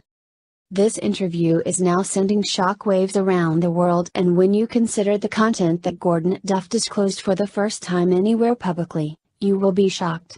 And you will understand that Bibi Netanyahu is the operational head of the Khazarian Mafia, KM, and was the one that ordered and supervised the Israeli nuclear attack on America on September 11, 2001. In this interview, Gordon Duff disclosed from a written transcript of what was said at a meeting between Bibi Netanyahu, an American traitor, and some other spies in 1990. Gordon Duff disclosed that Netanyahu was a KGB spy like Jonathan Pollard. And we know now that Israel was started as a satellite of Bolshevik Russia and was quite unhappy when the Soviet Union fell. Benjamin Netanyahu was meeting in that Finks bar in Jerusalem, a well-known Mossad watering hole. Here is what he said, as taken directly from the transcript of the recording, which was witnessed and has been 100% fully authenticated. If we get caught, they will just replace us with persons of the same cloth. So it doesn't matter what you do, America is a golden calf, and we will suck it dry, chop it up, and sell it off piece by piece until there is nothing left but the world's biggest welfare state that we will create and control. Why? Because it's God's will, and America is big enough to take the hit, so we can do it again, again and again. This is what we do to countries that we hate. We destroy them very slowly and make them suffer for refusing to be our slaves. This is exactly what the Rothschild Khazarian Mafia, KM, has been doing to America since it successfully infiltrated and hijacked America in 1913. Knowledge of what Bibi said on behalf of the Rothschild Khazarian Mafia, KM, should make us all furious and get motivated to drive these evil creatures out of America and take our great republic back. When Bibi Netanyahu mentions God's will, the God he was referring to is Baal, also known as the Great Owl or Moloch, the god these Khazarians believe requires them to worship him by constant bloodletting and painful human sacrifice and mass murder, and that if they sell their souls to Baal, aka Lucifer or Satan, do this, they will be rewarded with incredible riches, fame and great power. When they sell their souls, what actually happens is that their souls are snatched away and they become inhuman or soulless and take on the characteristics of Baal, that is, they become increasingly psychopathic and evil. What Bibi Netanyahu was discussing was the upcoming nuclear attack on America on September 11, 2001, and when he mentioned they will just replace us, he was referring to the Top Circle of 12, the group he answers to, that Veterans Today's own columnist and talk show host Stu Webb disclosed to the world by identifying 11 of the 12 who call themselves the Illuminati or disciples of Satan. These men do semi-annual child sacrifice in Denver and eat the hearts of children, drink their blood after they pedophile them. Folks, we must get this information out to everyone we can, then unite and drive these soulless Baal-worshipping scum out of every nook and cranny of America and bring them all to justice and final judgment for all their incredible evil. Anyone who understands what Bibi Netanyahu thinks of Americans as a golden calf to asset strip and slaughter should be enraged and driven to community organizing and political action against Israeli espionage inside America through the Federal Reserve System, IPAC, JINSA, the Defense Policy Board, the CFR and the like. The Rothschild KM planted has 25 nukes in major American cities and other major cities in Europe in order to blackmail the associated government. This is referred to as their Samson option, and was first discovered and disclosed by Seymour Hersh. The Rothschild KM also gained some S-19 and S-20 warheads from a corrupt member of Congress assigned the task to buy up Ukrainian MIRVs on behalf of the USG in order to decommission them. Instead, he sold them to the Israelis and split the money with other key congressmen involved. This is high treason and a capital offense punishable by execution. Right after their attack on America, the Rothschild KM told the U.S. administration that they would detonate city buster-sized nukes in some American cities, including D.C., if the administration refused to allow Israel to create their own large police state occupation force inside America, based on the consolidation of all American law enforcement and alphabets under one central Israeli control. This new Israeli occupation force called Homeland Security, DHS, was initially run by dual citizens and perverts. Former DHS Director Jana Napolitano is being sued for sexual harassment of men working at DHS whom she ordered to move their offices into the men's lavatory. Dual citizen traitor Michael Chertoff, a name translated from Russian as son of the devil, was the criminal mastermind that set up DHS, along with former head of the East German Stasi, Markus Wolf, who was hired as a special consultant and died mysteriously as soon as his mission was completed. The Rothschild KM never thought they would get exposed for their nuclear attack on America on September 11, 2011, but they made one of the biggest tactical mistakes in history and overplayed their hand from excess hubris, based on too much easy success due to their extreme money power in the past. Soon mainstream America will know that Bibi Netanyahu and his Likud party deployed the attack on America on September 11, 2001 on behalf of the Rothschild KM. They thought that they had complete control over the CMMM and could prevent any of the secret IAEA and Sandia Labs investigation from ever being released to the American public. They made a serious tactical error, because now the truth about their role in the September 11, 2001 attack on America is being published on the worldwide internet, the world's new Gutenberg press. What the Rothschild KM did not understand was the power of the internet and how truth nuggets published and broadcast on it resonate with the people of the world and spread like wildfire, at the speed of light. Truth is being diffused to the masses everywhere. This incredible tactical error by the KM is so great that it will actually doom them to the complete exposure and eventual complete destruction they deserve. Bibi Netanyahu's order to proceed and deliver the nuclear attack on America on September 11, 2001 will go down in history as one of the KM's biggest mistakes, and the one that will be blamed for their exposure and destruction by the world that is now ganging up against them. The Russians have now leaked the IAEA and Sandia Labs and Able Danger files given to them by Edward Snowden. Soon all of these files will be provided to all Americans and the world via the internet, and this cannot be stopped.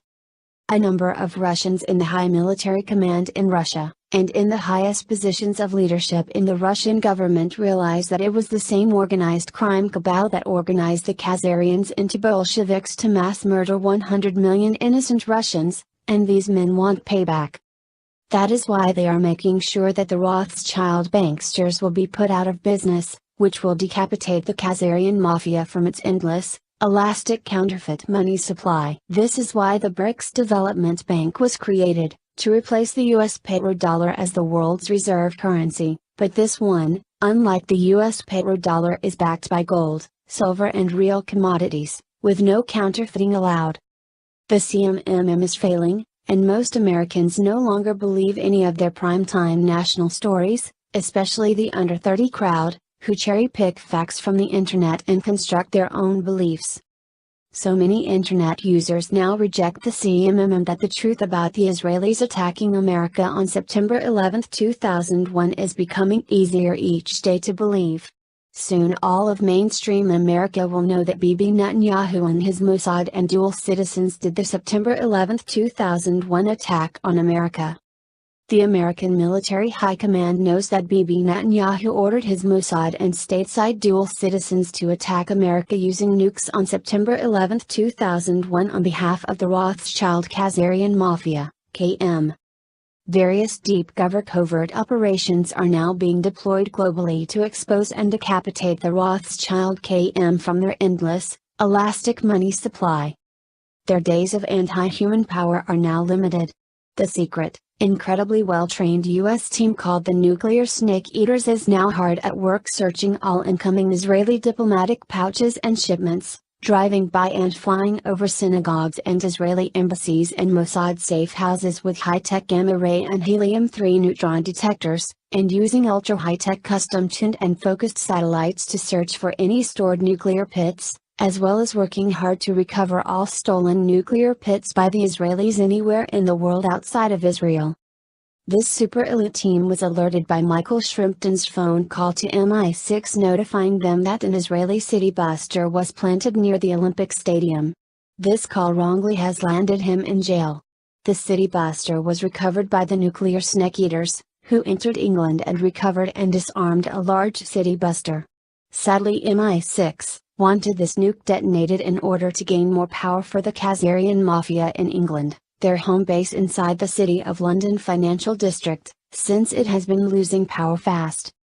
Image 0102, a secret name for these KM chieftains which run much of the world out of the City of London is Gog and Magog, despite what so many historians believe is the secret name of Russia, which it is not. It is the secret name of the top KM, and apparently represents where they originally came from. The secret team of super elite nuclear snake eaters is ready to be deployed to Israel anytime, should the nation collapse after most European corporations divest from Israel, and the US cuts off all aid, in order to comply with American law. It is illegal to give aid to a nation that has nukes, and which has not signed the Nuclear Non-Proliferation Agreement. Israel has nukes detectable from satellite-based helium-3 sensors and has never admitted it, nor has it signed the Nuclear Non-Proliferation Agreement. We must all demand that our Congress and administration obey the law and immediately cut off all aid, monetary and military aid to Israel, and arrest all Israeli espionage front directors of IPAC, JINSA, the Defense Policy Board, the Joint NYC, and the ADL, etc. It is unknown but suspected that a significant number of these stolen nukes have been already recovered. It has been reported by insiders that a very solemn message was communicated to Bibi Netanyahu and his liquidists, as well as all top members of Israeli espionage fronts in America, like IPAC, JINSA, the Defense Policy Board, the ADL and the like. What was this serious warning?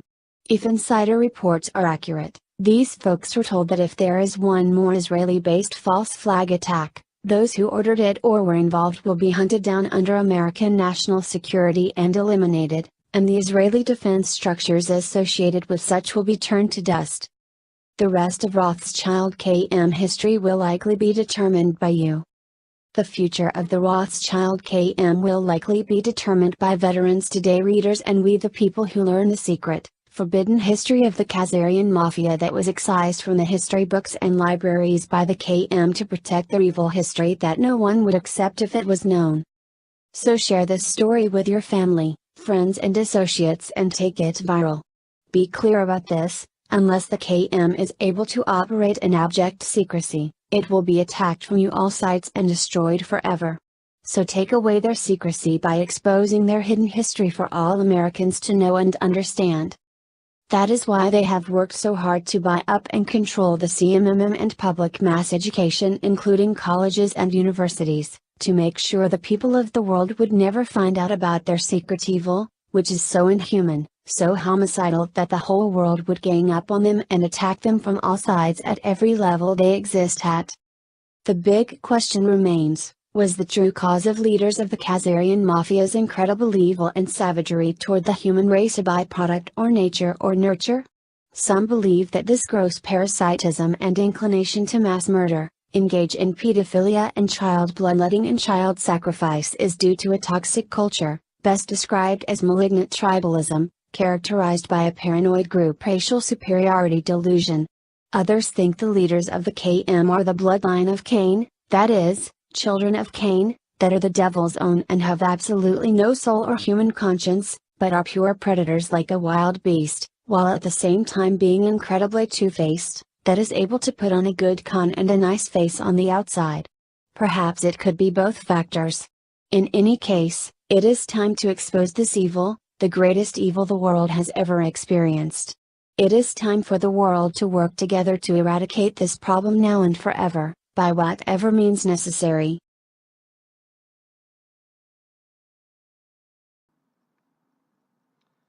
Now, between the two great wars, the Khazarians sought the United States vote at the League of Nations for giving the Jews a homeland in Palestine, which was at face value the simple objective of the Zionist movement. Now, they obtained the Balfour Declaration already in 1917, and America just needed a little convincing. If both Britain and America could carry the vote at the League of Nations, the chance for a state of Israel to be born was there. The German Khazarians, to gain American favour, helped sabotage the German economy between the two world wars. And this has a lot to do with why Hitler hated the Jews so much. The Rothschild and other banks forwarded America the money it needed to enter the war and to oppose Hitler. They gave the money to the Americans to build their tanks and other things. And for this they gained the favourable American vote for a homeland after the war. And a Jewish state was born in 1948. Now we step it forward perhaps 70 years to the current year, and Israel is still mainly occupied by Khazarians. The Syrian Conference for Combating Terrorism in 2014 was told that world terrorism is due largely to a large Jewish crime syndicate associated with Israel. Now, Israel has apparently managed to advance 300 persons into the American Congress. And many of these also act as spies for Russia against the United States, or so it's claimed. These same Jews run false flag attacks for America to start wars around the world, and one such attack was 9/11. The 9/11 planes all apparently landed at military bases, while military planes already in their radar shadows or taking off from the same bases took over their flight paths.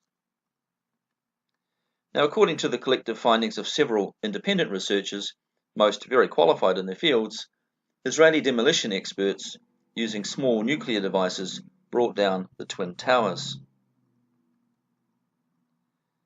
Given the chance, the Khazarian Jews would probably also start a war with North Korea or Russia. Indeed, in 2017, an Israeli submarine was caught near the North Korea coast, ready to launch a nuclear missile into North Korea to trigger a war. The Khazarian involvement there may stem from the fact that North Korea's missile testing program is also a program by proxy for Iran. America is probably not quite ready, though, to tackle North Korea, as the Chinese will probably get involved, and the Chinese currently have a military advantage over US battleships. Their Assassin's Mace, a hypersonic, that's a Mach 10 DF-21D missile, is able to overcome the US Mach 5 aircraft carrier defenses. While holding this advantage, China is also being quite aggressive in the South China Sea, where it is seeking to establish control of the region's largest oil and gas reserves, and where it has been busy militarizing several of the Spratly Islands. They also received new stealth submarines from the Germans in January 2018, capable of very long journeys underwater without surfacing. The Khazarians have heavily infiltrated Albert Pike's Illuminati. Pike may have gained control of American intelligentsia in his time, but the Khazarians came to the party with oceans of money, not least the Rothschild fortunes. The Khazarians used Rothschild tactics when establishing the so-called Federal Reserve Bank, which is not a state bank at all, but a private bank masquerading as a state bank. It lends its money to the United States government at interest, and it collects tax on behalf of the US government. The government uses the Federal Reserve because it has a vast pool of cash. But when researchers go to the books, they find that no American law actually supports the Federal Reserve's right to collect taxes from wages. Groups that have tried to bring this to light in court have instead been thrown in prison for many years, and mainly for tax evasion, and of course they haven't been paying their tax because they've been protesting the government's right to take it. But it backfires, of course, when it comes to the courts. However, the legal truth is that only capital gains taxes should legitimately be taken from the people, and the government is such a co-conspirator with the Federal Reserve banking system that it does not defend the people's complaints in the courts. Now, income taxes, just to be clear, are supposed to be a matter to be decided by each state and for that state alone. So you should have a state tax on your income and things like that, but not a federal one. Now, in Germany, Hitler saw through the ruse, and he threw such private banks out of Germany. And more recently, in 2013, Iceland arrested all of its Rothschild bankers for years of illegal practice. Hungary followed suit in 2016. Hungary also threw out Monsanto, now, by the way, owned by Bayer, and also the IMF, which might be thought of as the UN's bank. Russia, for their part, paid off their debts to the Rothschild Bank in 2017, and then promptly expelled the Rothschilds and all their affiliate companies from Russia. Now, because of this power of money, bankers occupy the third from the top tier in the Illuminati pyramid, with Jesuits and monarchs only one rung higher up. Leaders, bought by and sympathetic to the Khazarian cause, become presidents, and most have been seen carrying on with a modern form of Baal worship at Bohemian Grove. The leaders of Israel are also of this ilk. American rulers who don't play along risk assassination, because they may have the information that they can give to the public, and they don't want that happening either. President Andrew Jackson is one of the few who dared to speak out and call the Khazarians satanic. In Israel, the architects of the Supreme Court building have incorporated Freemasonic and satanic emblems in its design, and even a three-story pyramid with an eye is located within the edifice. The somewhat sick Babylonian Talmud, I say that because of some of the things it allows in terms of sexual practices with children, is also now studied as a standard document in the Jewish yeshiva, that's their religious schools, as if it were inspired by God. Inspired by these Kabbalistic Talmudic teachings, the current agenda of starting wars all over the Middle East is probably less an American one than an Israeli one. The Babylonian Talmud develops the idea that Israel should be the head and not the tail, to mean that Jews must subjugate and enslave other nations wherever they go. Israel includes America in that list, and America's earlier trust of Israel has placed it in a very precarious position because of the heavy population of its security services by Jewish employees. These are as much agents of Israel as America, and in effect Israel is very much in charge of US national security. As such, it can also leak sensitive information as it sees fit, and this really compromises the US. The involvement of the Israelis is so great that they were the ones helping the US decommission nuclear missiles as part of their agreement with Russia. However, it seems the Israelis stole enough nuclear material while in charge of it that they were able to build something like 25 small nuclear devices, suitcase bombs if you like, which they claim to have stowed away in strategic places around America, and which they now use as a kind of blackmail tool against the United States government. Years ago, Israel threatened the Arabs with the implementation of Project Samson, which was a plan to launch nuclear missiles at every Arab country and all their capitals if an attack should ever come in at Israel that they could not defend, and which threatened to destroy Israel. But it appears the Israelis have made something of a similar threat to the Americans. If the Americans do not carry out their plans to bring the Middle East down into war-torn ruin. Israel threatens to detonate these small nuclear devices if the United States does not follow its war plan. And this is really a very serious double cross, if one considers that it was the American vote in 1947 that actually gave the Israelis their modern nation.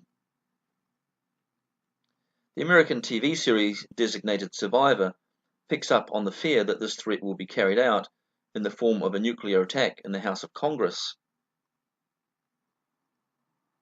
Indeed, if one of the flights on the day of 9/11 had not been delayed by 44 mysterious minutes, its intended target was supposed to be the White House and Senate buildings, and all of the US congressmen would have been assassinated on that day. So America is really compromised at many levels, and it transpires that the American Department of Homeland Security is also an Israeli organization. Israel's takeover in America is really very serious, and Trump's election is certainly a victory of sorts for their cause, as Trump is definitely pro-Israel. But this support may come from his Presbyterian roots, and not so much because he himself is a Khazarian Jew or compromised by them. The only thing that can expose the Israeli plot behind 9/11 are the laboratory reports obtained by Edward Snowden and forwarded to Russia, which show that the soil under the Twin Towers was highly radioactive. And this came from the small nuclear devices the Israelis used in conjunction with microwave beams sent down from satellites. Nearly all of those who cleaned up the 9/11 debris subsequently died of cancer, and use of masks and gloves rules out claims that it was the dust and asbestos that were to blame. Indeed, satellites built to detect HE3 emissions from volcanoes were used by British MI6 to scan various American cities for traces of nuclear material, while these also detected such radiation at the site of the Twin Towers. One such device emitting HE3 was also apparently detected and located at the London Olympics and disposed of in time. Now, in the last few years, this whole great conspiracy of the Khazarians is starting to become public knowledge, and prosecutions are being arranged on a large scale. I think there are now, well, I don't know if they're all to do with this, but there are coming up on 40,000 indictments at the moment. So these prosecutions are being arranged on a large scale that will eventually lead to Donald Trump's draining of the swamp. And it's not just the American swamp, it's a swamp that goes right around the world. Khazarian influence on American politics will inevitably be on Trump's list, and he may at some point find himself compromised. Prosecutions against Catholic child molesters and destruction of a number of child trafficking rings across the US, Europe and South America are just the tip of the iceberg and the beginning of Trump's purges, which will no doubt implicate many politicians and military leaders in only the first sweep.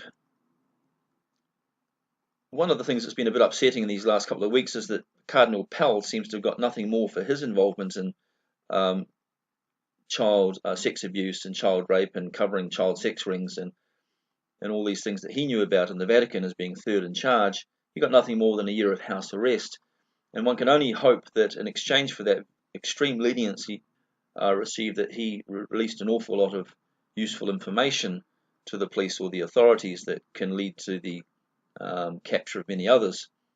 Otherwise, it's really upsetting to see that he got off so light. But anyway, let's listen now for 16 minutes to Lisa Haven in one of her clips from the YouTube, which goes on about the CIA involvement in child trafficking and how horrific this really is. So the agency that probably should be protecting the American people is in fact involved in this very crime.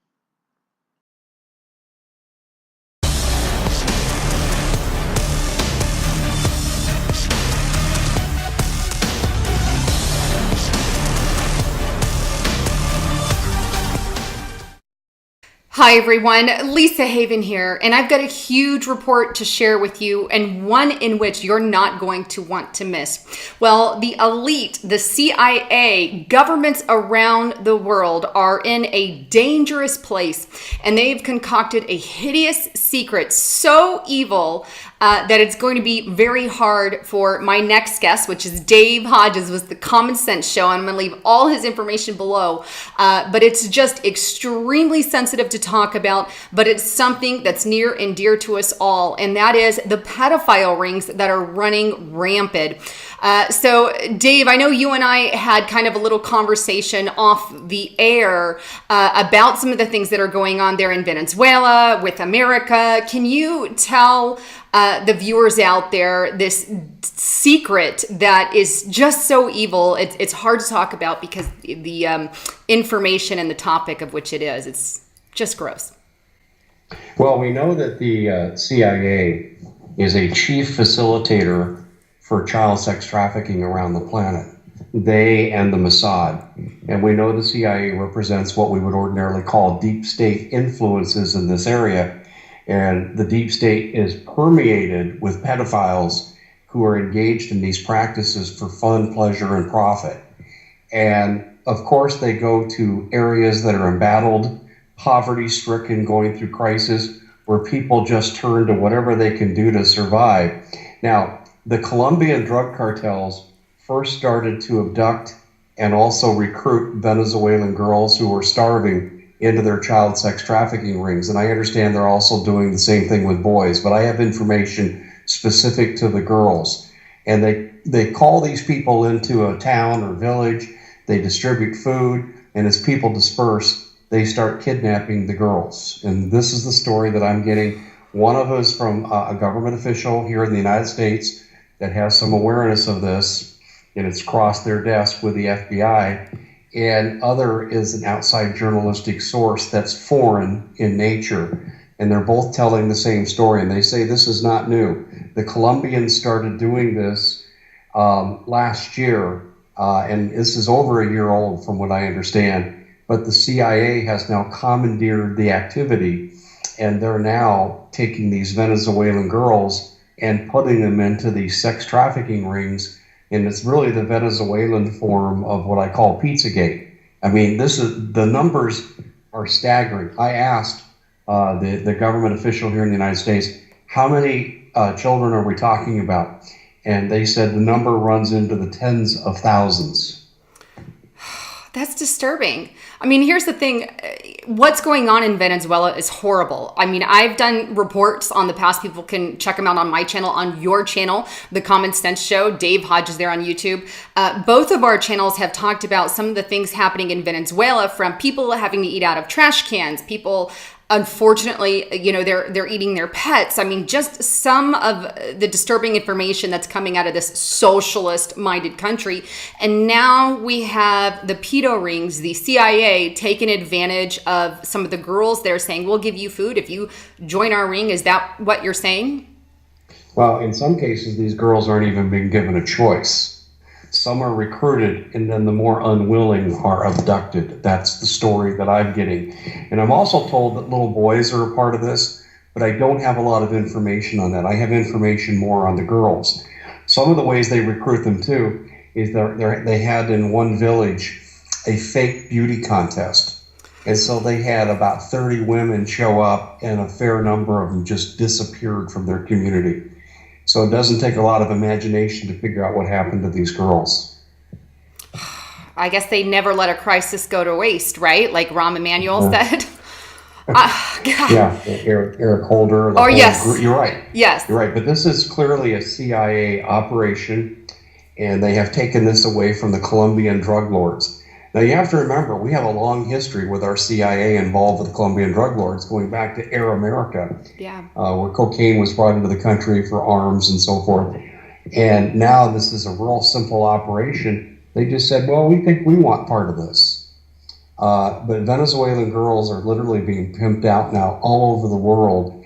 Now, I don't have specific information. Are they going to the royal family for disbursement? Is it happening with American corporate interests here?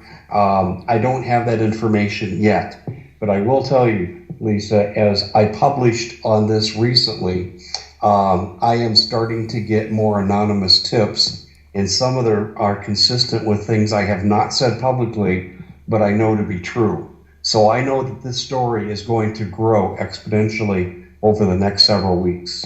And let me just be honest, anytime we talk about the pedo rings in the upper ranks of, the CIA or the government, and we know right now it's happening with the Vatican. The guy, who was it that just got busted at the Vatican?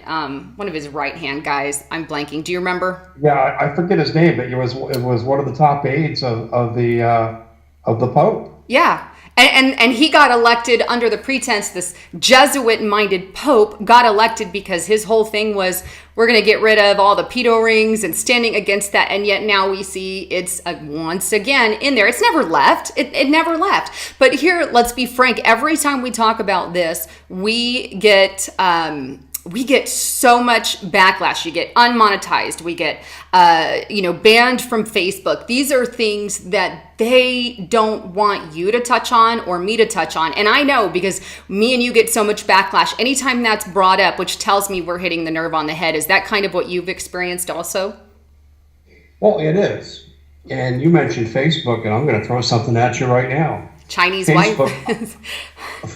Facebook, I know, has firsthand knowledge about organ trafficking coming out of China. Yes. And they'll ban you in a second if you mention it.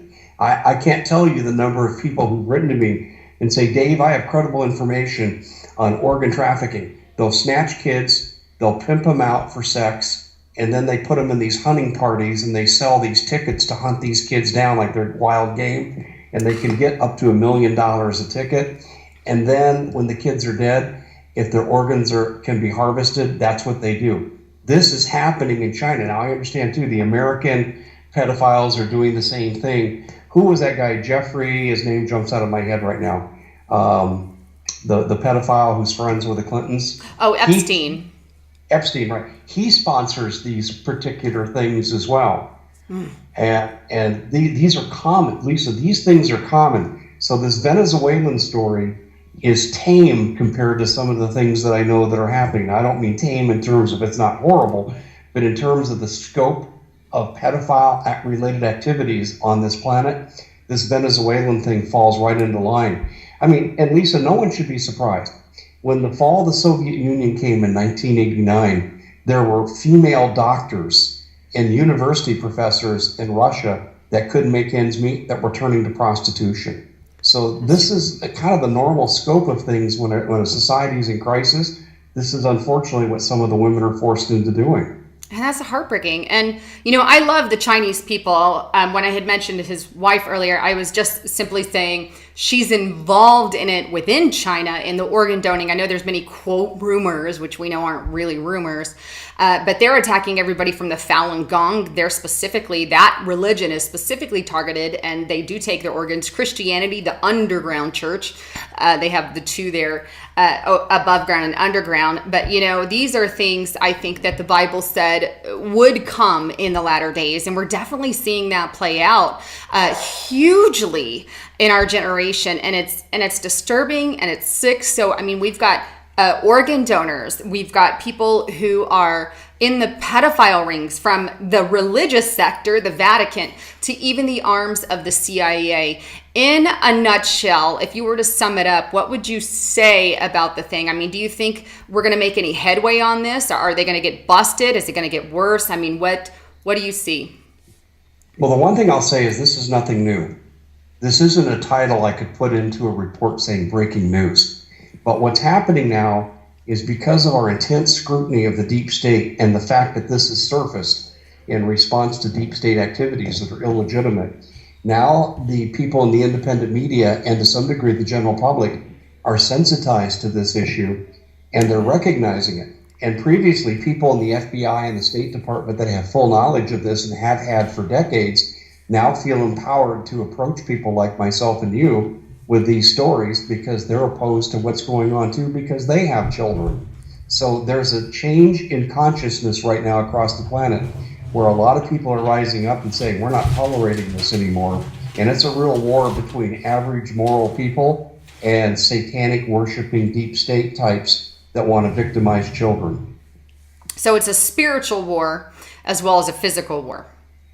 There's no question. Absolutely, this is good versus evil.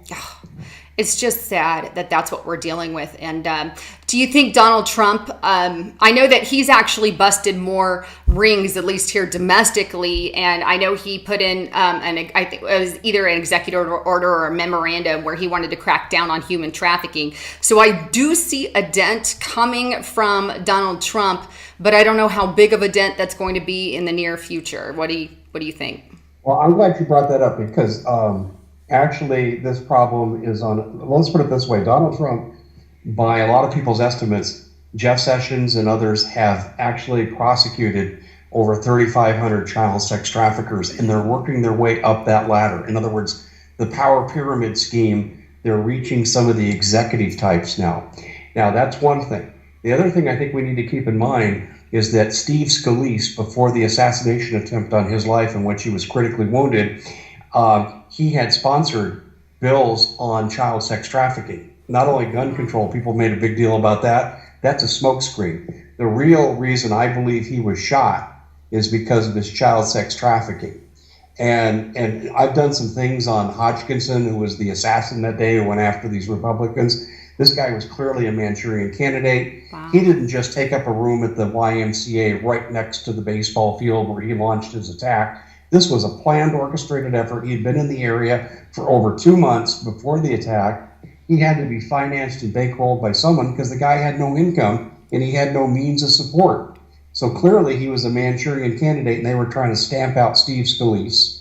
You have Trump being attacked left and right. Well, Trump and Putin have agreed to fight against sex trafficking, child sex trafficking internationally. This is why they've got the Trump-Putin collusion thing with the election. This is the deep state's way of deflecting attention and trying to take Trump down. This is reaching critical proportions right now because Hollywood, and I reported on this a couple of weeks back, Hollywood has changed their tone. They're no longer calling for just the assassination of Donald Trump. They're calling for an all-out revolution. And that's because they can't keep the lid on child sex trafficking much longer. And that's just disturbing. And anyone, that's what I said. And when I said, when they start hitting that nerve, they go to town. That's why we've seen up attacks on Donald Trump, up attacks on Jeff Sessions, Steve Scalise. That makes sense. So a complete false flag with the shooter there. And I mean, right? That's what you'd call it. I think there's no question. Yeah. That's exactly what's going on. And as we go deeper into this, you have three major operations, actually now a fourth that's emerging, but the three major operations of the deep state. You see, remember, the deep state is not just America.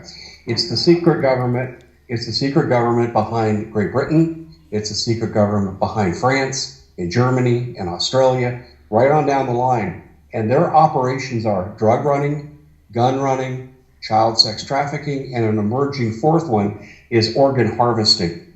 And now this is getting exposed to the average people, and I'll tell you, the elite are in a panic over this. And this is why, Lisa, this has real far-reaching implications. I believe we're headed for a major false flag because the deep state knows it can no longer maintain its secrecy. And I'll give you a scenario, and I've written about this in the past. The scenario is this. I believe they're going to launch a Tet offensive of terrorist attacks in this country. They're going to force Donald Trump to go into a martial law response for the survival of the country, and then they're going to take him out and they'll take over a country that's already in martial law. And this is my greatest fear. This is what keeps me up at night when I think of this, because I see the pattern unfolding as we speak. You know, you're right.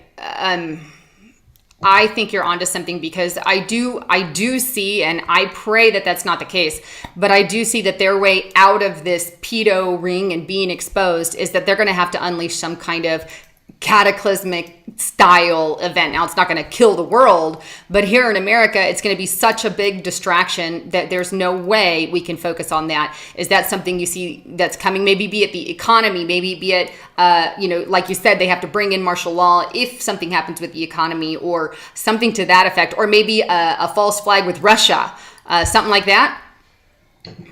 There's no question. They have to frame Russia to get the war they want. I think that's one response level that they'll have. The second one will be internal and domestic. They are already posturing for a racial civil war. Charles Manson's celebrating right now because Helter Skelter is actually coming to the forefront in this country, because black versus white. Let me give you about how bad this is with race relations. There's a feminist magazine out there sponsored by George Soros called Medusa. Yes. And in an article that I read a couple of weeks ago, they said the way to end white supremacy, and by the way, the author was white, the way to end white supremacy is to sterilize white females. This is how bad the race argument's getting. It's absolute insanity, and I think it's going to promote domestic disturbances to the point where we may reach a civil war, and then the deep state will have all the distractions they need to take over and also to kill the investigations into their illegal activities. Oh. Gosh, I mean, that's nuts. And I actually reported on that same Medusa magazine. It's just sick. Well, I guess we're kind of coming close on our time. Do you have any final thoughts? Also, share your YouTube information and all of that as well.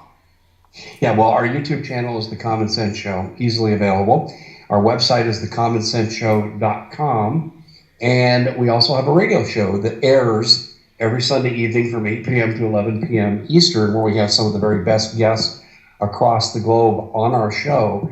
And people can catch that on reruns. They can catch it live right on the website. We're on a number of AM and FM stations. So we would encourage people to follow our work. and we're going to have you on when you get back from what you're doing. And I got to tell you, Lisa, we're in a real fight. This is a spiritual battle. And you mentioned this earlier in the broadcast. This is good versus evil. And what can I tell people to do? First thing they can do is pray for justice. Yeah. That's the first thing that they can do. Absolutely. And I encourage everyone, definitely pray, pray, pray. Well, please don't forget to check out my partner as well at getthetea.com. If you're not detoxing, you need to do it. We got to keep ourselves healthy for what's ahead. And he's got 2 different amazing, one for energy, one for tea. I'll leave links below on that. And don't forget to subscribe to Dave Hodges' YouTube channel. He's got lots of amazing stuff. Well, thanks again for tuning in. I'm Lisa Haven. And Dave Hodges over there, signing out. Prosecutions against Catholic child molesters and destruction of a number of child trafficking rings across the US, Europe and South America are just the tip of the iceberg and the beginning of Trump's purges, which will no doubt implicate many politicians and military leaders in only the first sweep. Uncovering of child abduction and murder and satanic rituals will be next, and then the 9/11 plot and others. The Ninth Circle is a European satanic circle, which involves people like the King of Belgium and King of Holland. And they regularly sacrifice babies in their satanic rituals. In fact, the most disturbing things that have come out in 2018 in association with this group of elites is that they also have hunting parties where they take children and they generally strip them naked or near naked and let them loose in their private forests, and then they hunt them. They use things like traps and arrows and all kinds of things, just for fun, just for sport. And so things like the Hunger Games on TV are in a way actually based on real life events. Now, the uncovering of child abduction and murder and satanic rituals will be the next great purge. And then perhaps the JFK killers and the 9/11 plotters will come up for trial. And after these, many other groups of conspirators against the American people. No doubt it will eventually go back to the American banking system and the likes of the Rothschilds. And after the Rothschilds, it will go to the IMF and the Vatican, and eventually back to the CFR and the CIA. In fact, it's not generally known, but it was the CFR that set up the CIA.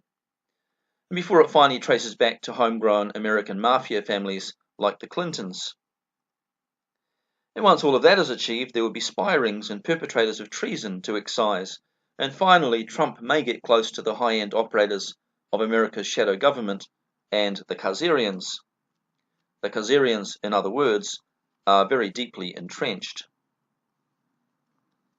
Now, removal of corrupt judges is just one of the first hurdles in this long sequence of actions.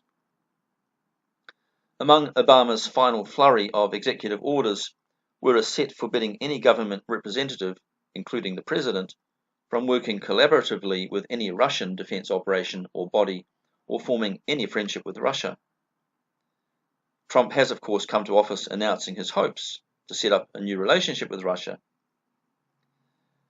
But the Khazarians, they want to make an enemy of Russia because that allows them to go to war and achieve many of their goals through war. Now, Obama's final executive orders included directives to bomb Russian railway lines, boats and mines, and to hamstring the Russian economy and war machine. Another order directed the destruction of any country cooperating with Russia's state-owned energy ventures, including piping of gas to Europe. Another order in this group orders the ruin of Russia's internet due to its meddling with United States email servers. Another order is against anyone arming Syria. Now, these laws were originally supposed to kick in during September 2017 and would all have been in place for the Hillary Clinton takeover, which of course didn't happen. The Khazarians, the Catholics and Illuminists are almost frantic, therefore, to start World War III and create a bloodbath, as much now to avoid prosecution by Trump and his purge as to achieve their New World Order goals. The best way to fight back is clearly to topple Trump, And among what are now 7 attempts on his life, and I think there might be more than that by now, a $150 million contract handed to Charles McCarry of Pluribus was also uncovered, in which the plan was to arrange for female assassins to carry out a hit on Trump. We actually saw this happen to somebody in the North Korean cabinet in the airport when he received an injection of a nerve agent, and then he died subsequently within about half an hour. And I think something similar was planned for Donald Trump. And this was supposed to happen at the first possible opportunity. But I think Donald Trump is too well informed to let that happen to him. Now, early in 2017, Trump asked Putin for his help to detect and thwart attempts against his life. Obama's group had apparently asked the Mexican drug cartel to organize a hit on Trump, but Trump instead used drones to attack cartel members in Mexico. Afghan drugs are being flown to Mexico by the CIA for dissemination, and Trump is keen to dissolve the CIA and to empower the FBI instead. This is because the CIA has aligned itself with the goals of the globalists and the shadow government. On September the 28th, 2017, the FBI destroyed a bomb factory in Bethesda near Washington, and there they found 27 military-grade drones and a number of thermite bombs. So obviously there's a sort of rogue military element also working for the shadow government. Now, drug labs across Afghanistan were also bombed by Trump forces. They claimed that they were Al-Qaeda hideouts and all that sort of thing, but in fact they were drug factories. And they were publicly described as attacks against Taliban bases. And in fact these attacks were designed to dry up rogue CIA money ahead of coming prosecutions. These attacks represent a kind of civil war against the military-industrial complex.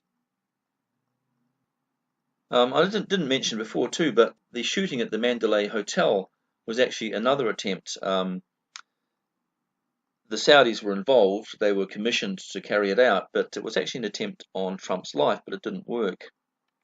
Now, Henry Kissinger also recently offered the Japanese government $4.3 quadrillion. Yes, that's quadrillion, thousands of trillions of dollars, in exchange for their protection of the Khazarians in Japan, as the Japanese White Dragon Mafia are targeting them for extinction. The Japanese, you see, are also trying to purge the shadow government and this international banking system from their land.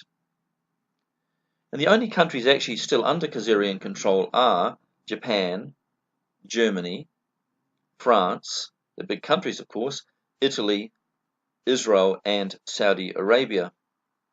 And regime change is planned for these countries by those fighting the Khazarians to take away their influential leaders, and has already taken place in Arabia.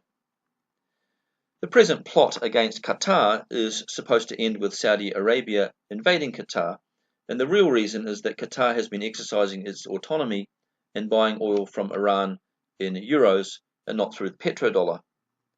But the Khazarians, desperate in the face of Trump's historic probes and swamp cleaning, may instead see in this Qatar dispute a way to let loose a broader conflict. So, how do you feel about the Jews now? Are they the chosen people you expected from the Bible? Now, DNA testing confirms that 97.5% of Israeli Jews today have absolutely no ancient Hebrew DNA at all.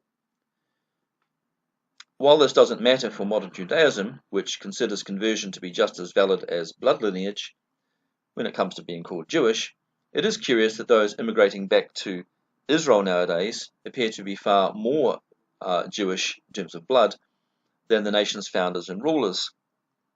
But God, in his clever way, has still facilitated the return of many real Jews to their old homeland. But not every kind of Jew is beloved by God. Jesus in John 8 had some very hard words for certain of the Jews of his time, and these words could as easily be leveled against some of the Israelite Jews of the modern day. What conspiracy theorists used to blame the Jesuits for, and then they blamed the Illuminati, now seems in large part to be the work of the Khazarian Jews. All three streams, in any case, seem to be a satanic brood and seem to sleep in the same bed. And included within the numbers of the Khazarian Jews are the Arabic House of Sword. Watch this video to have this explained. Alright, as I and other researchers pointed out, you're going to find the very real Russia connection via Saudi Arabia. And we're starting to see the evidence for that materialize now. But breaking news, Saudi Arabia declared war on Iran and Lebanon because a little missile got launched from the decimated Yemen, the country that Saudi Arabia has just completely destroyed, all the innocent people murdered there. They intercepted the missile, and now they're declaring war on Iran. What are the last countries on that project for the new American century hit list? North Korea, Iran, Lebanon. They're getting smart. I shouldn't say getting smart. Too many people have pointed out the PNAC list. America can no longer finish it. They might be able to finish North Korea, but they have to get Iran and Lebanon via proxy, via Saudi Arabia. And what I cannot stress enough is that Saudi Arabia, America, Israel, Russia, Europe, China, all Jewish owned. All Jewish owned at the highest levels. Okay, so always keep that in your head as we get into the lower levels of it. So that's what you're seeing going on with these 11 arrests. You're seeing Trump fulfill his debt to the Russians that helped him out. And you'll see a common theme with these people. The main guy that they're talking about, Prince Aloib bin Tal, I'm just going to butcher these names, bailed Trump out on multiple occasions. And a common theme with these people is they've threatened Russia. They own stock in mainstream media. They own competing real estate. Competition. They own the competition. Okay, and the video after this, I'm going to get into much more depth about how they're anti-Russia and the other people are very pro-Russia and have a good allegiance with Russia. So they're cleaning out the anti-Russian people to pave the way for the new nationalist movement. Okay, that's just the new rhetoric for the front people. So the citizens think, oh, look, we've drained the swamp. There's nothing to worry about. Meanwhile, the Jews sit back, retain more power, have no pressure on them, and can roll out whatever establishment agenda they want, and people blindly follow because, look, we got a nationalist leader. We live in a nationalist country. These aren't controlled opposition. Okay, so what I'm going to prove to you in this video, at least, the Saudi royal family is actually a crypto-Jewish family. That's the reason they're in power. That's the reason the famous Arabia is named after them. Okay, and this history is widely accepted in the upper class of Saudi Arabia. They all know this. People get killed for reporting on it. Alright, so let's get into this. And remember, look out for that future video with the Saudi-Russian connection. Okay, so this is kind of the lore behind the crypto-Jewish family, and then we'll get to more precise history after this. Okay, so in 851 AH, approximately 875 AD, a Jewish man, Jewish merchant, by the name of Mordici bin Abraham de Moshe, changed his name to Markan bin Abraham de Musa when infiltrating and pretending to be related to the Arab Anza tribe, a faction of the Bedouins. Long story short, after a lot of convincing, he eventually enhanced his position amongst the Bedouins and decided to settle there permanently at a town called El Ernir et Quif. And his plan was for it to be the new capital of the Persian Gulf. He was trying to establish a Jewish kingdom within Arabia. However, the Ajman and Bantu Khalid tribes of the Bedouins became aware of his plan and his true identity. They attacked his town and sacked it, but he barely got out. He sought asylum from a landlord, but ultimately killed him and his whole family and took over his property. What a shock. He renamed it to El Daira, the same name he lost near Et Kif.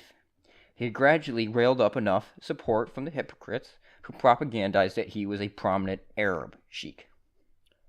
He plotted against Sheikh Salhi Salman Abdul el-Temi, who was the original instigator on the attack of his original town, and he was behind the true sheikh's assassination in the mosque in a town now called El Zafi.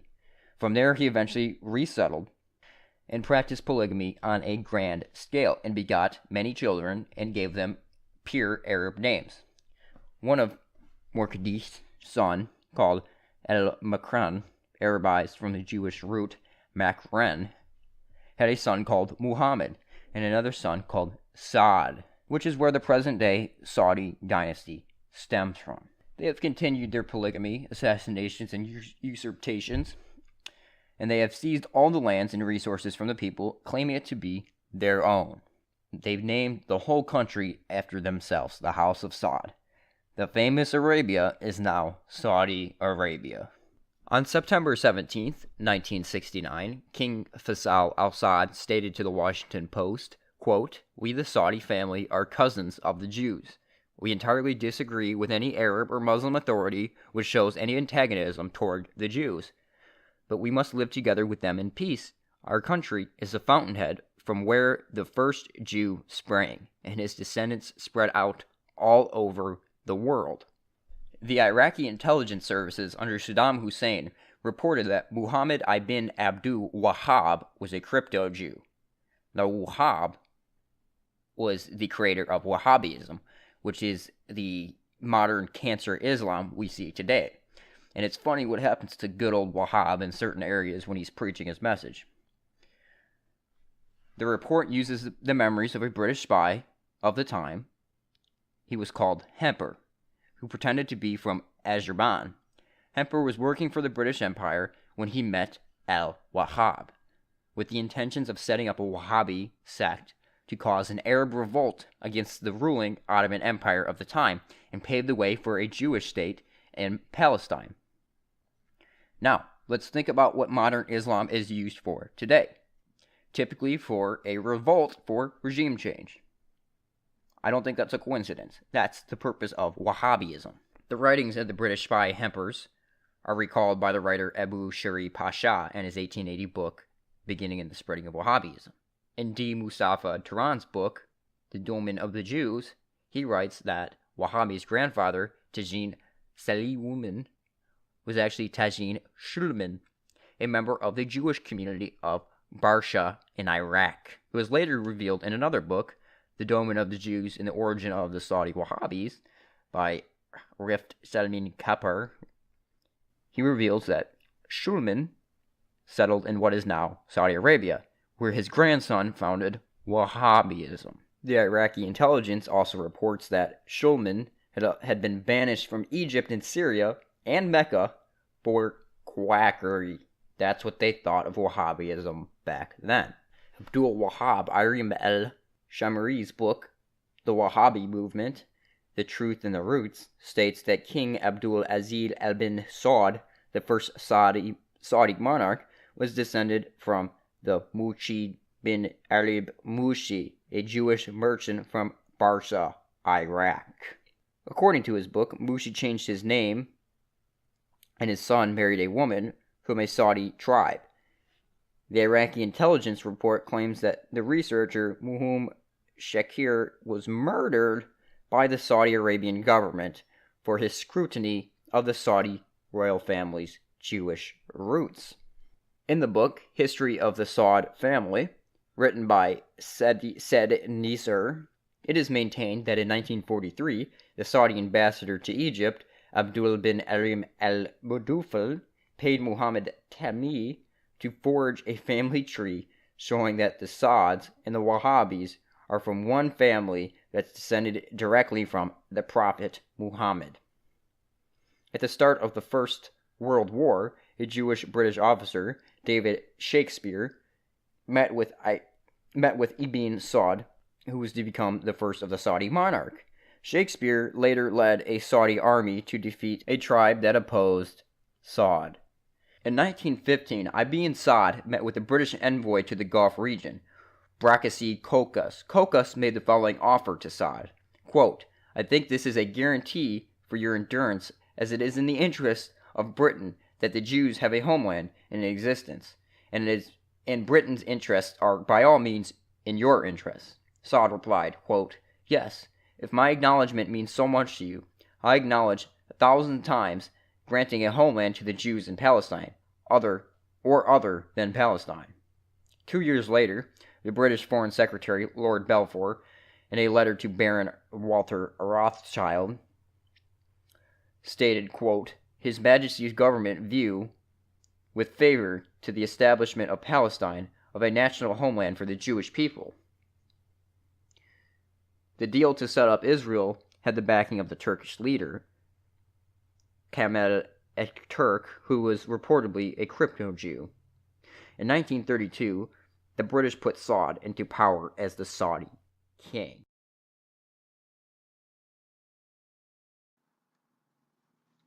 Now, a brood, which refers to a swarm of small vipers, is a description Jesus liked to use about the rabbis of his own day, and one has to wonder if they too were not secretly Baal worshippers in their private time.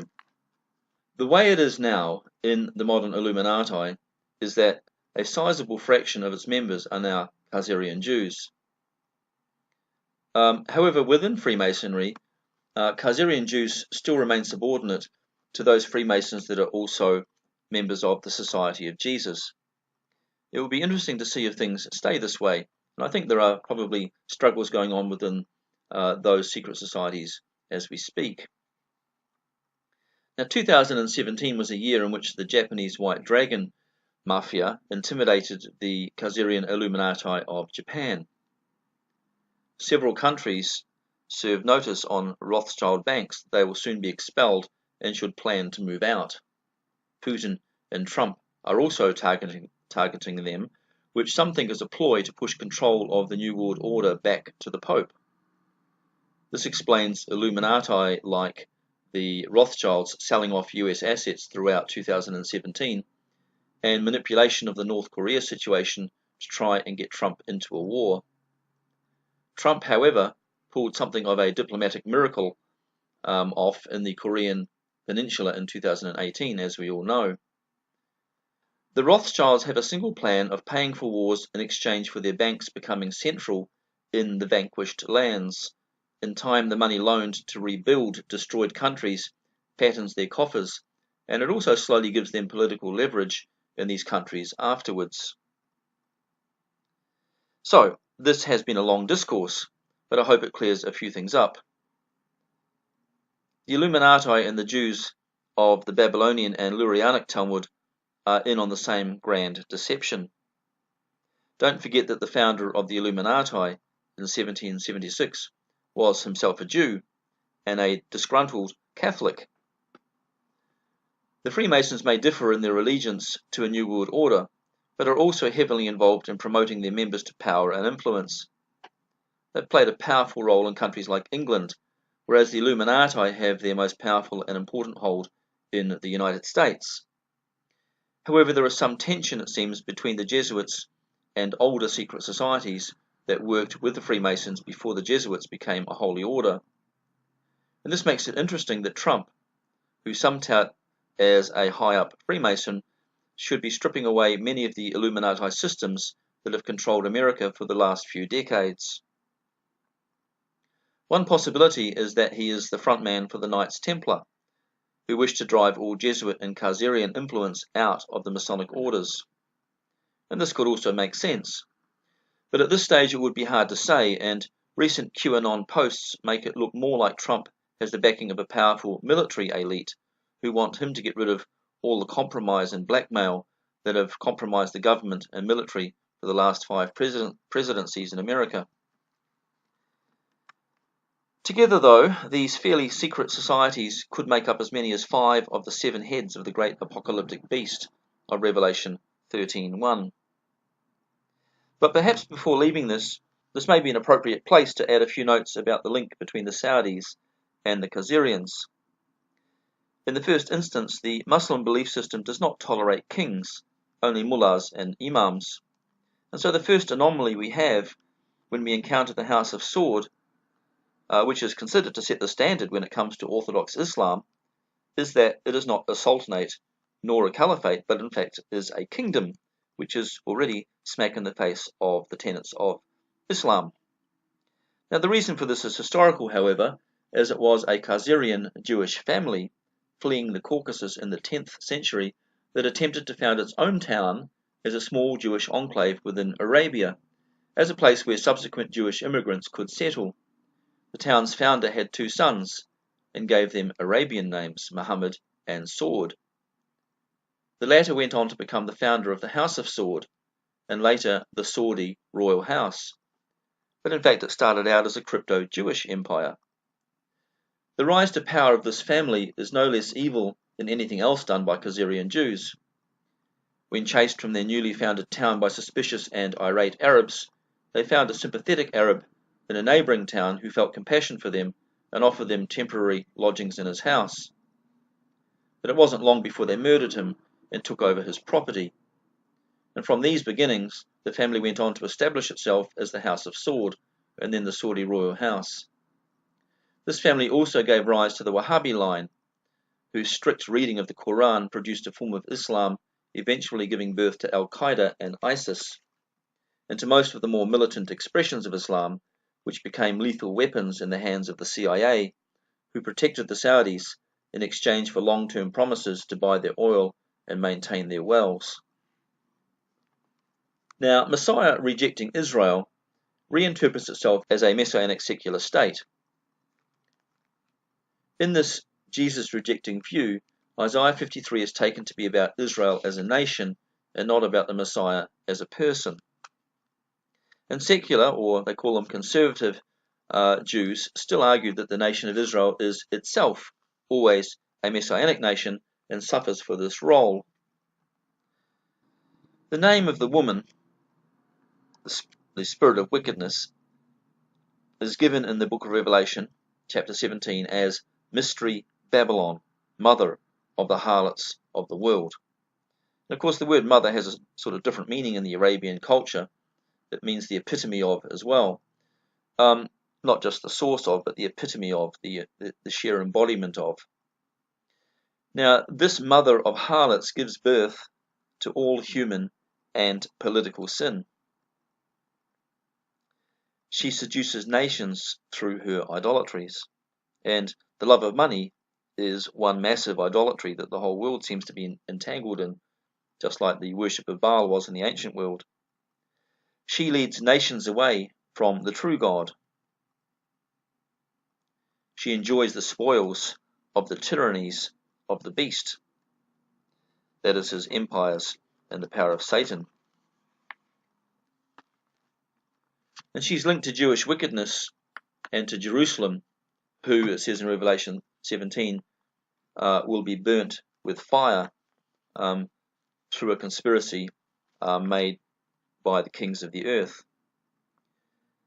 This wicked city that turns away from God or does not seek his truth will drink the cup of God's wrath, mixed at double strength. And she's often identified as well with Catholicism.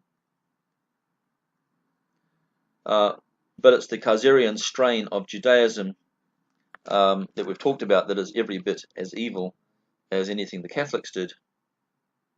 They're all as bad as each other.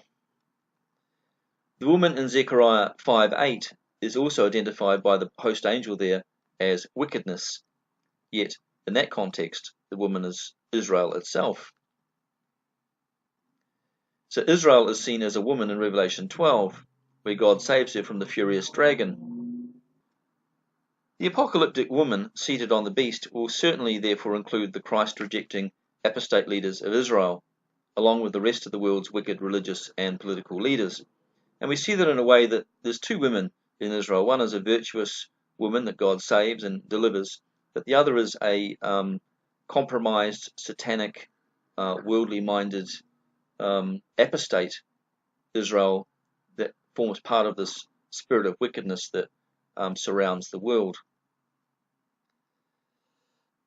The wine of her fornication, the lies that she spouts to confuse the masses, include the dark Kabbalistic form of Judaism, which is a merger of Torah beliefs and magical occult arts. The woman also represents the secularized Jews who share none of the religious faith of their ancestors and are no different in any way to any other Gentile believer. Now, in the spirit of Revelation 17, we can say that it is this woman that causes the falling away, the apostasia that Paul speaks of in 2 Thessalonians 2 and 3. Apostasia, literally to place oneself outside, speaks of throwing off authority. It probably doesn't mean the church will throw off secular authority, but it could certainly describe a loss of obedience to authority and faith within the church. Separation is necessary, though, as remaining as one flesh with the spiritual harlot is to share its fate. But it could also possibly carry a positive connotation, one where an enlightened new Christian generation will finally seek to break away from the flawed theological concepts of its spiritual predecessors and break away from formal structures to complete its mission. And this apostasy against the old church is because of its apostasy against Christ. Now, the beast is also defined as a global empire, which states as its goal a perfect humanistic utopia, free of moral answerability to any so-called creator or God. Man, in this rebellious new world, assigns himself godlike authority and sets himself on a pursuit for technology that will assign him a godlike destiny. He also becomes then the arbiter of morality. Now, human political will is, then, identified with the will of the apocalyptic beast.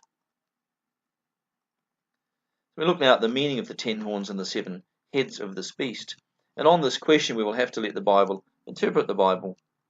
But numerically, the 10 indicates global dominion, as we understand already from the numerics.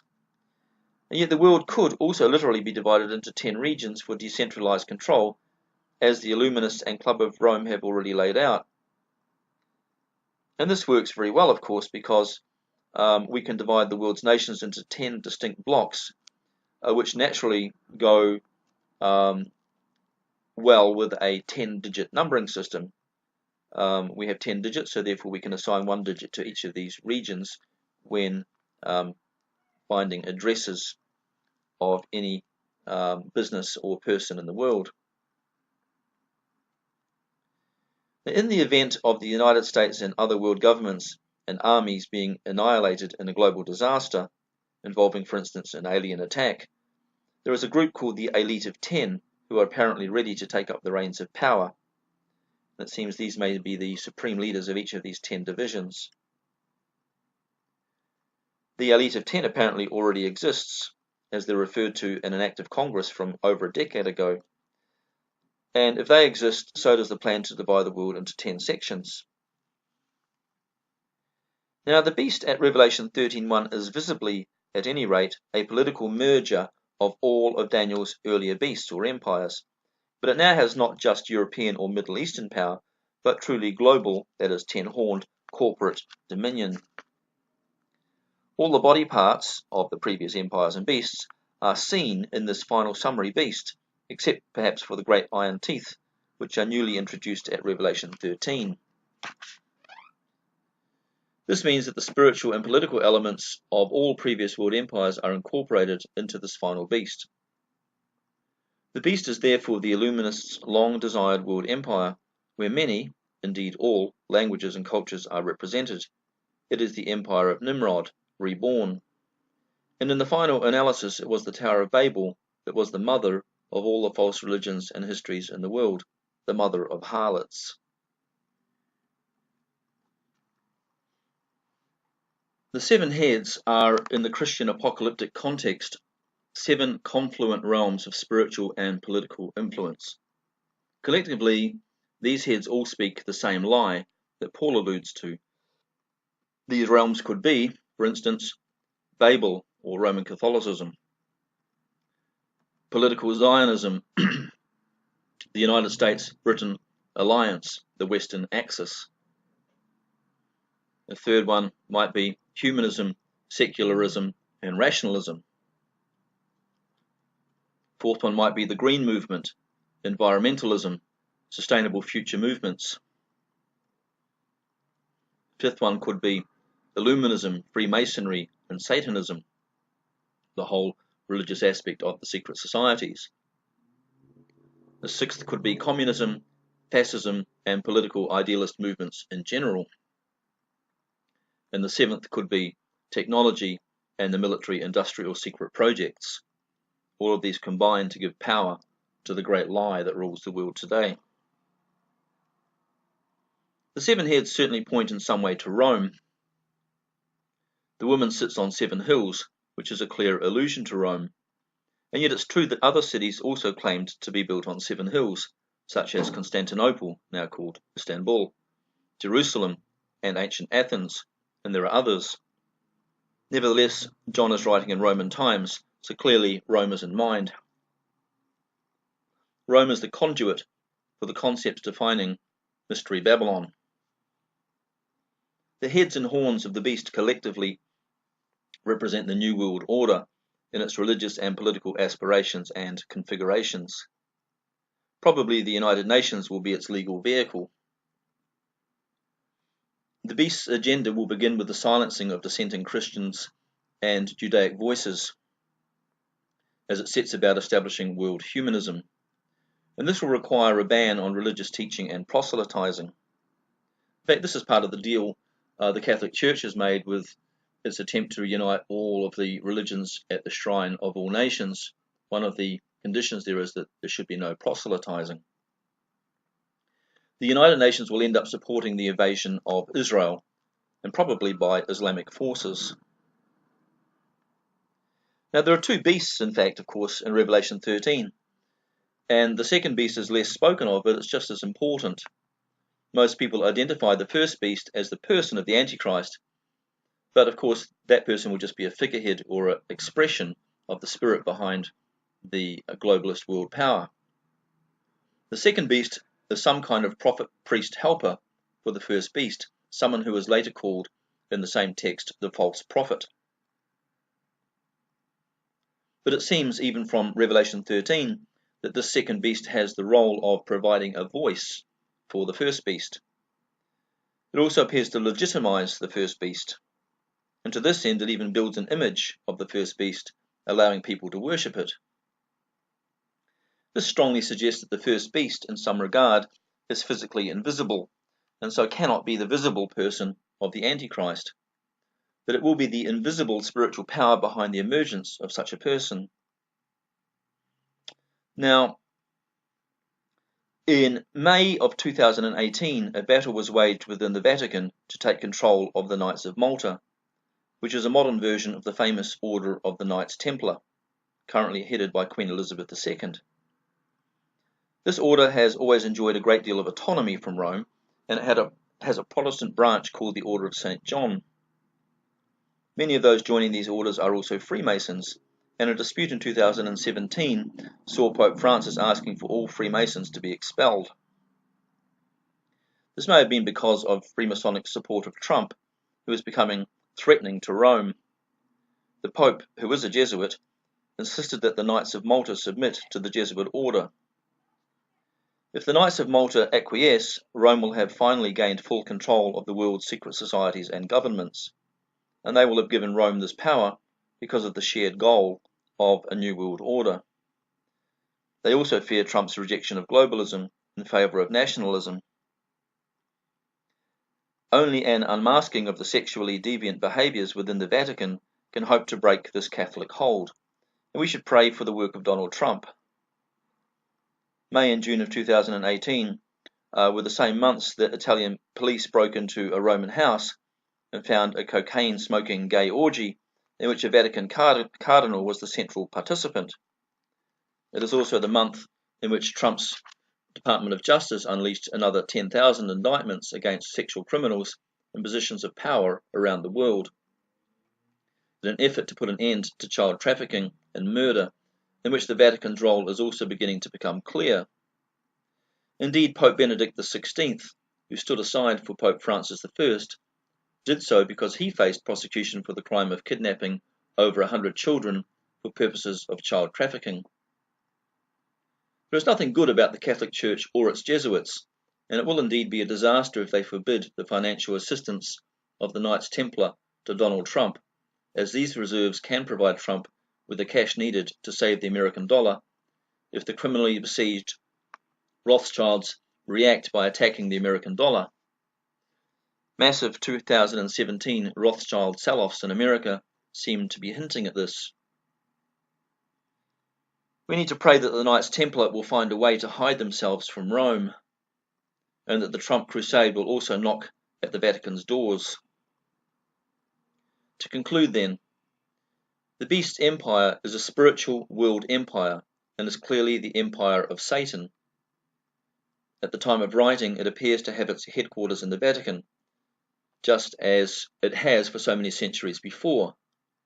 The great surprise is that it still exercises this powerful control in the modern day, supported largely by the continuing ignorance of the masses, who accept the Catholic Church as being the authentic and single Church of Jesus Christ, but also because Catholic goals are not so different to Illuminati goals.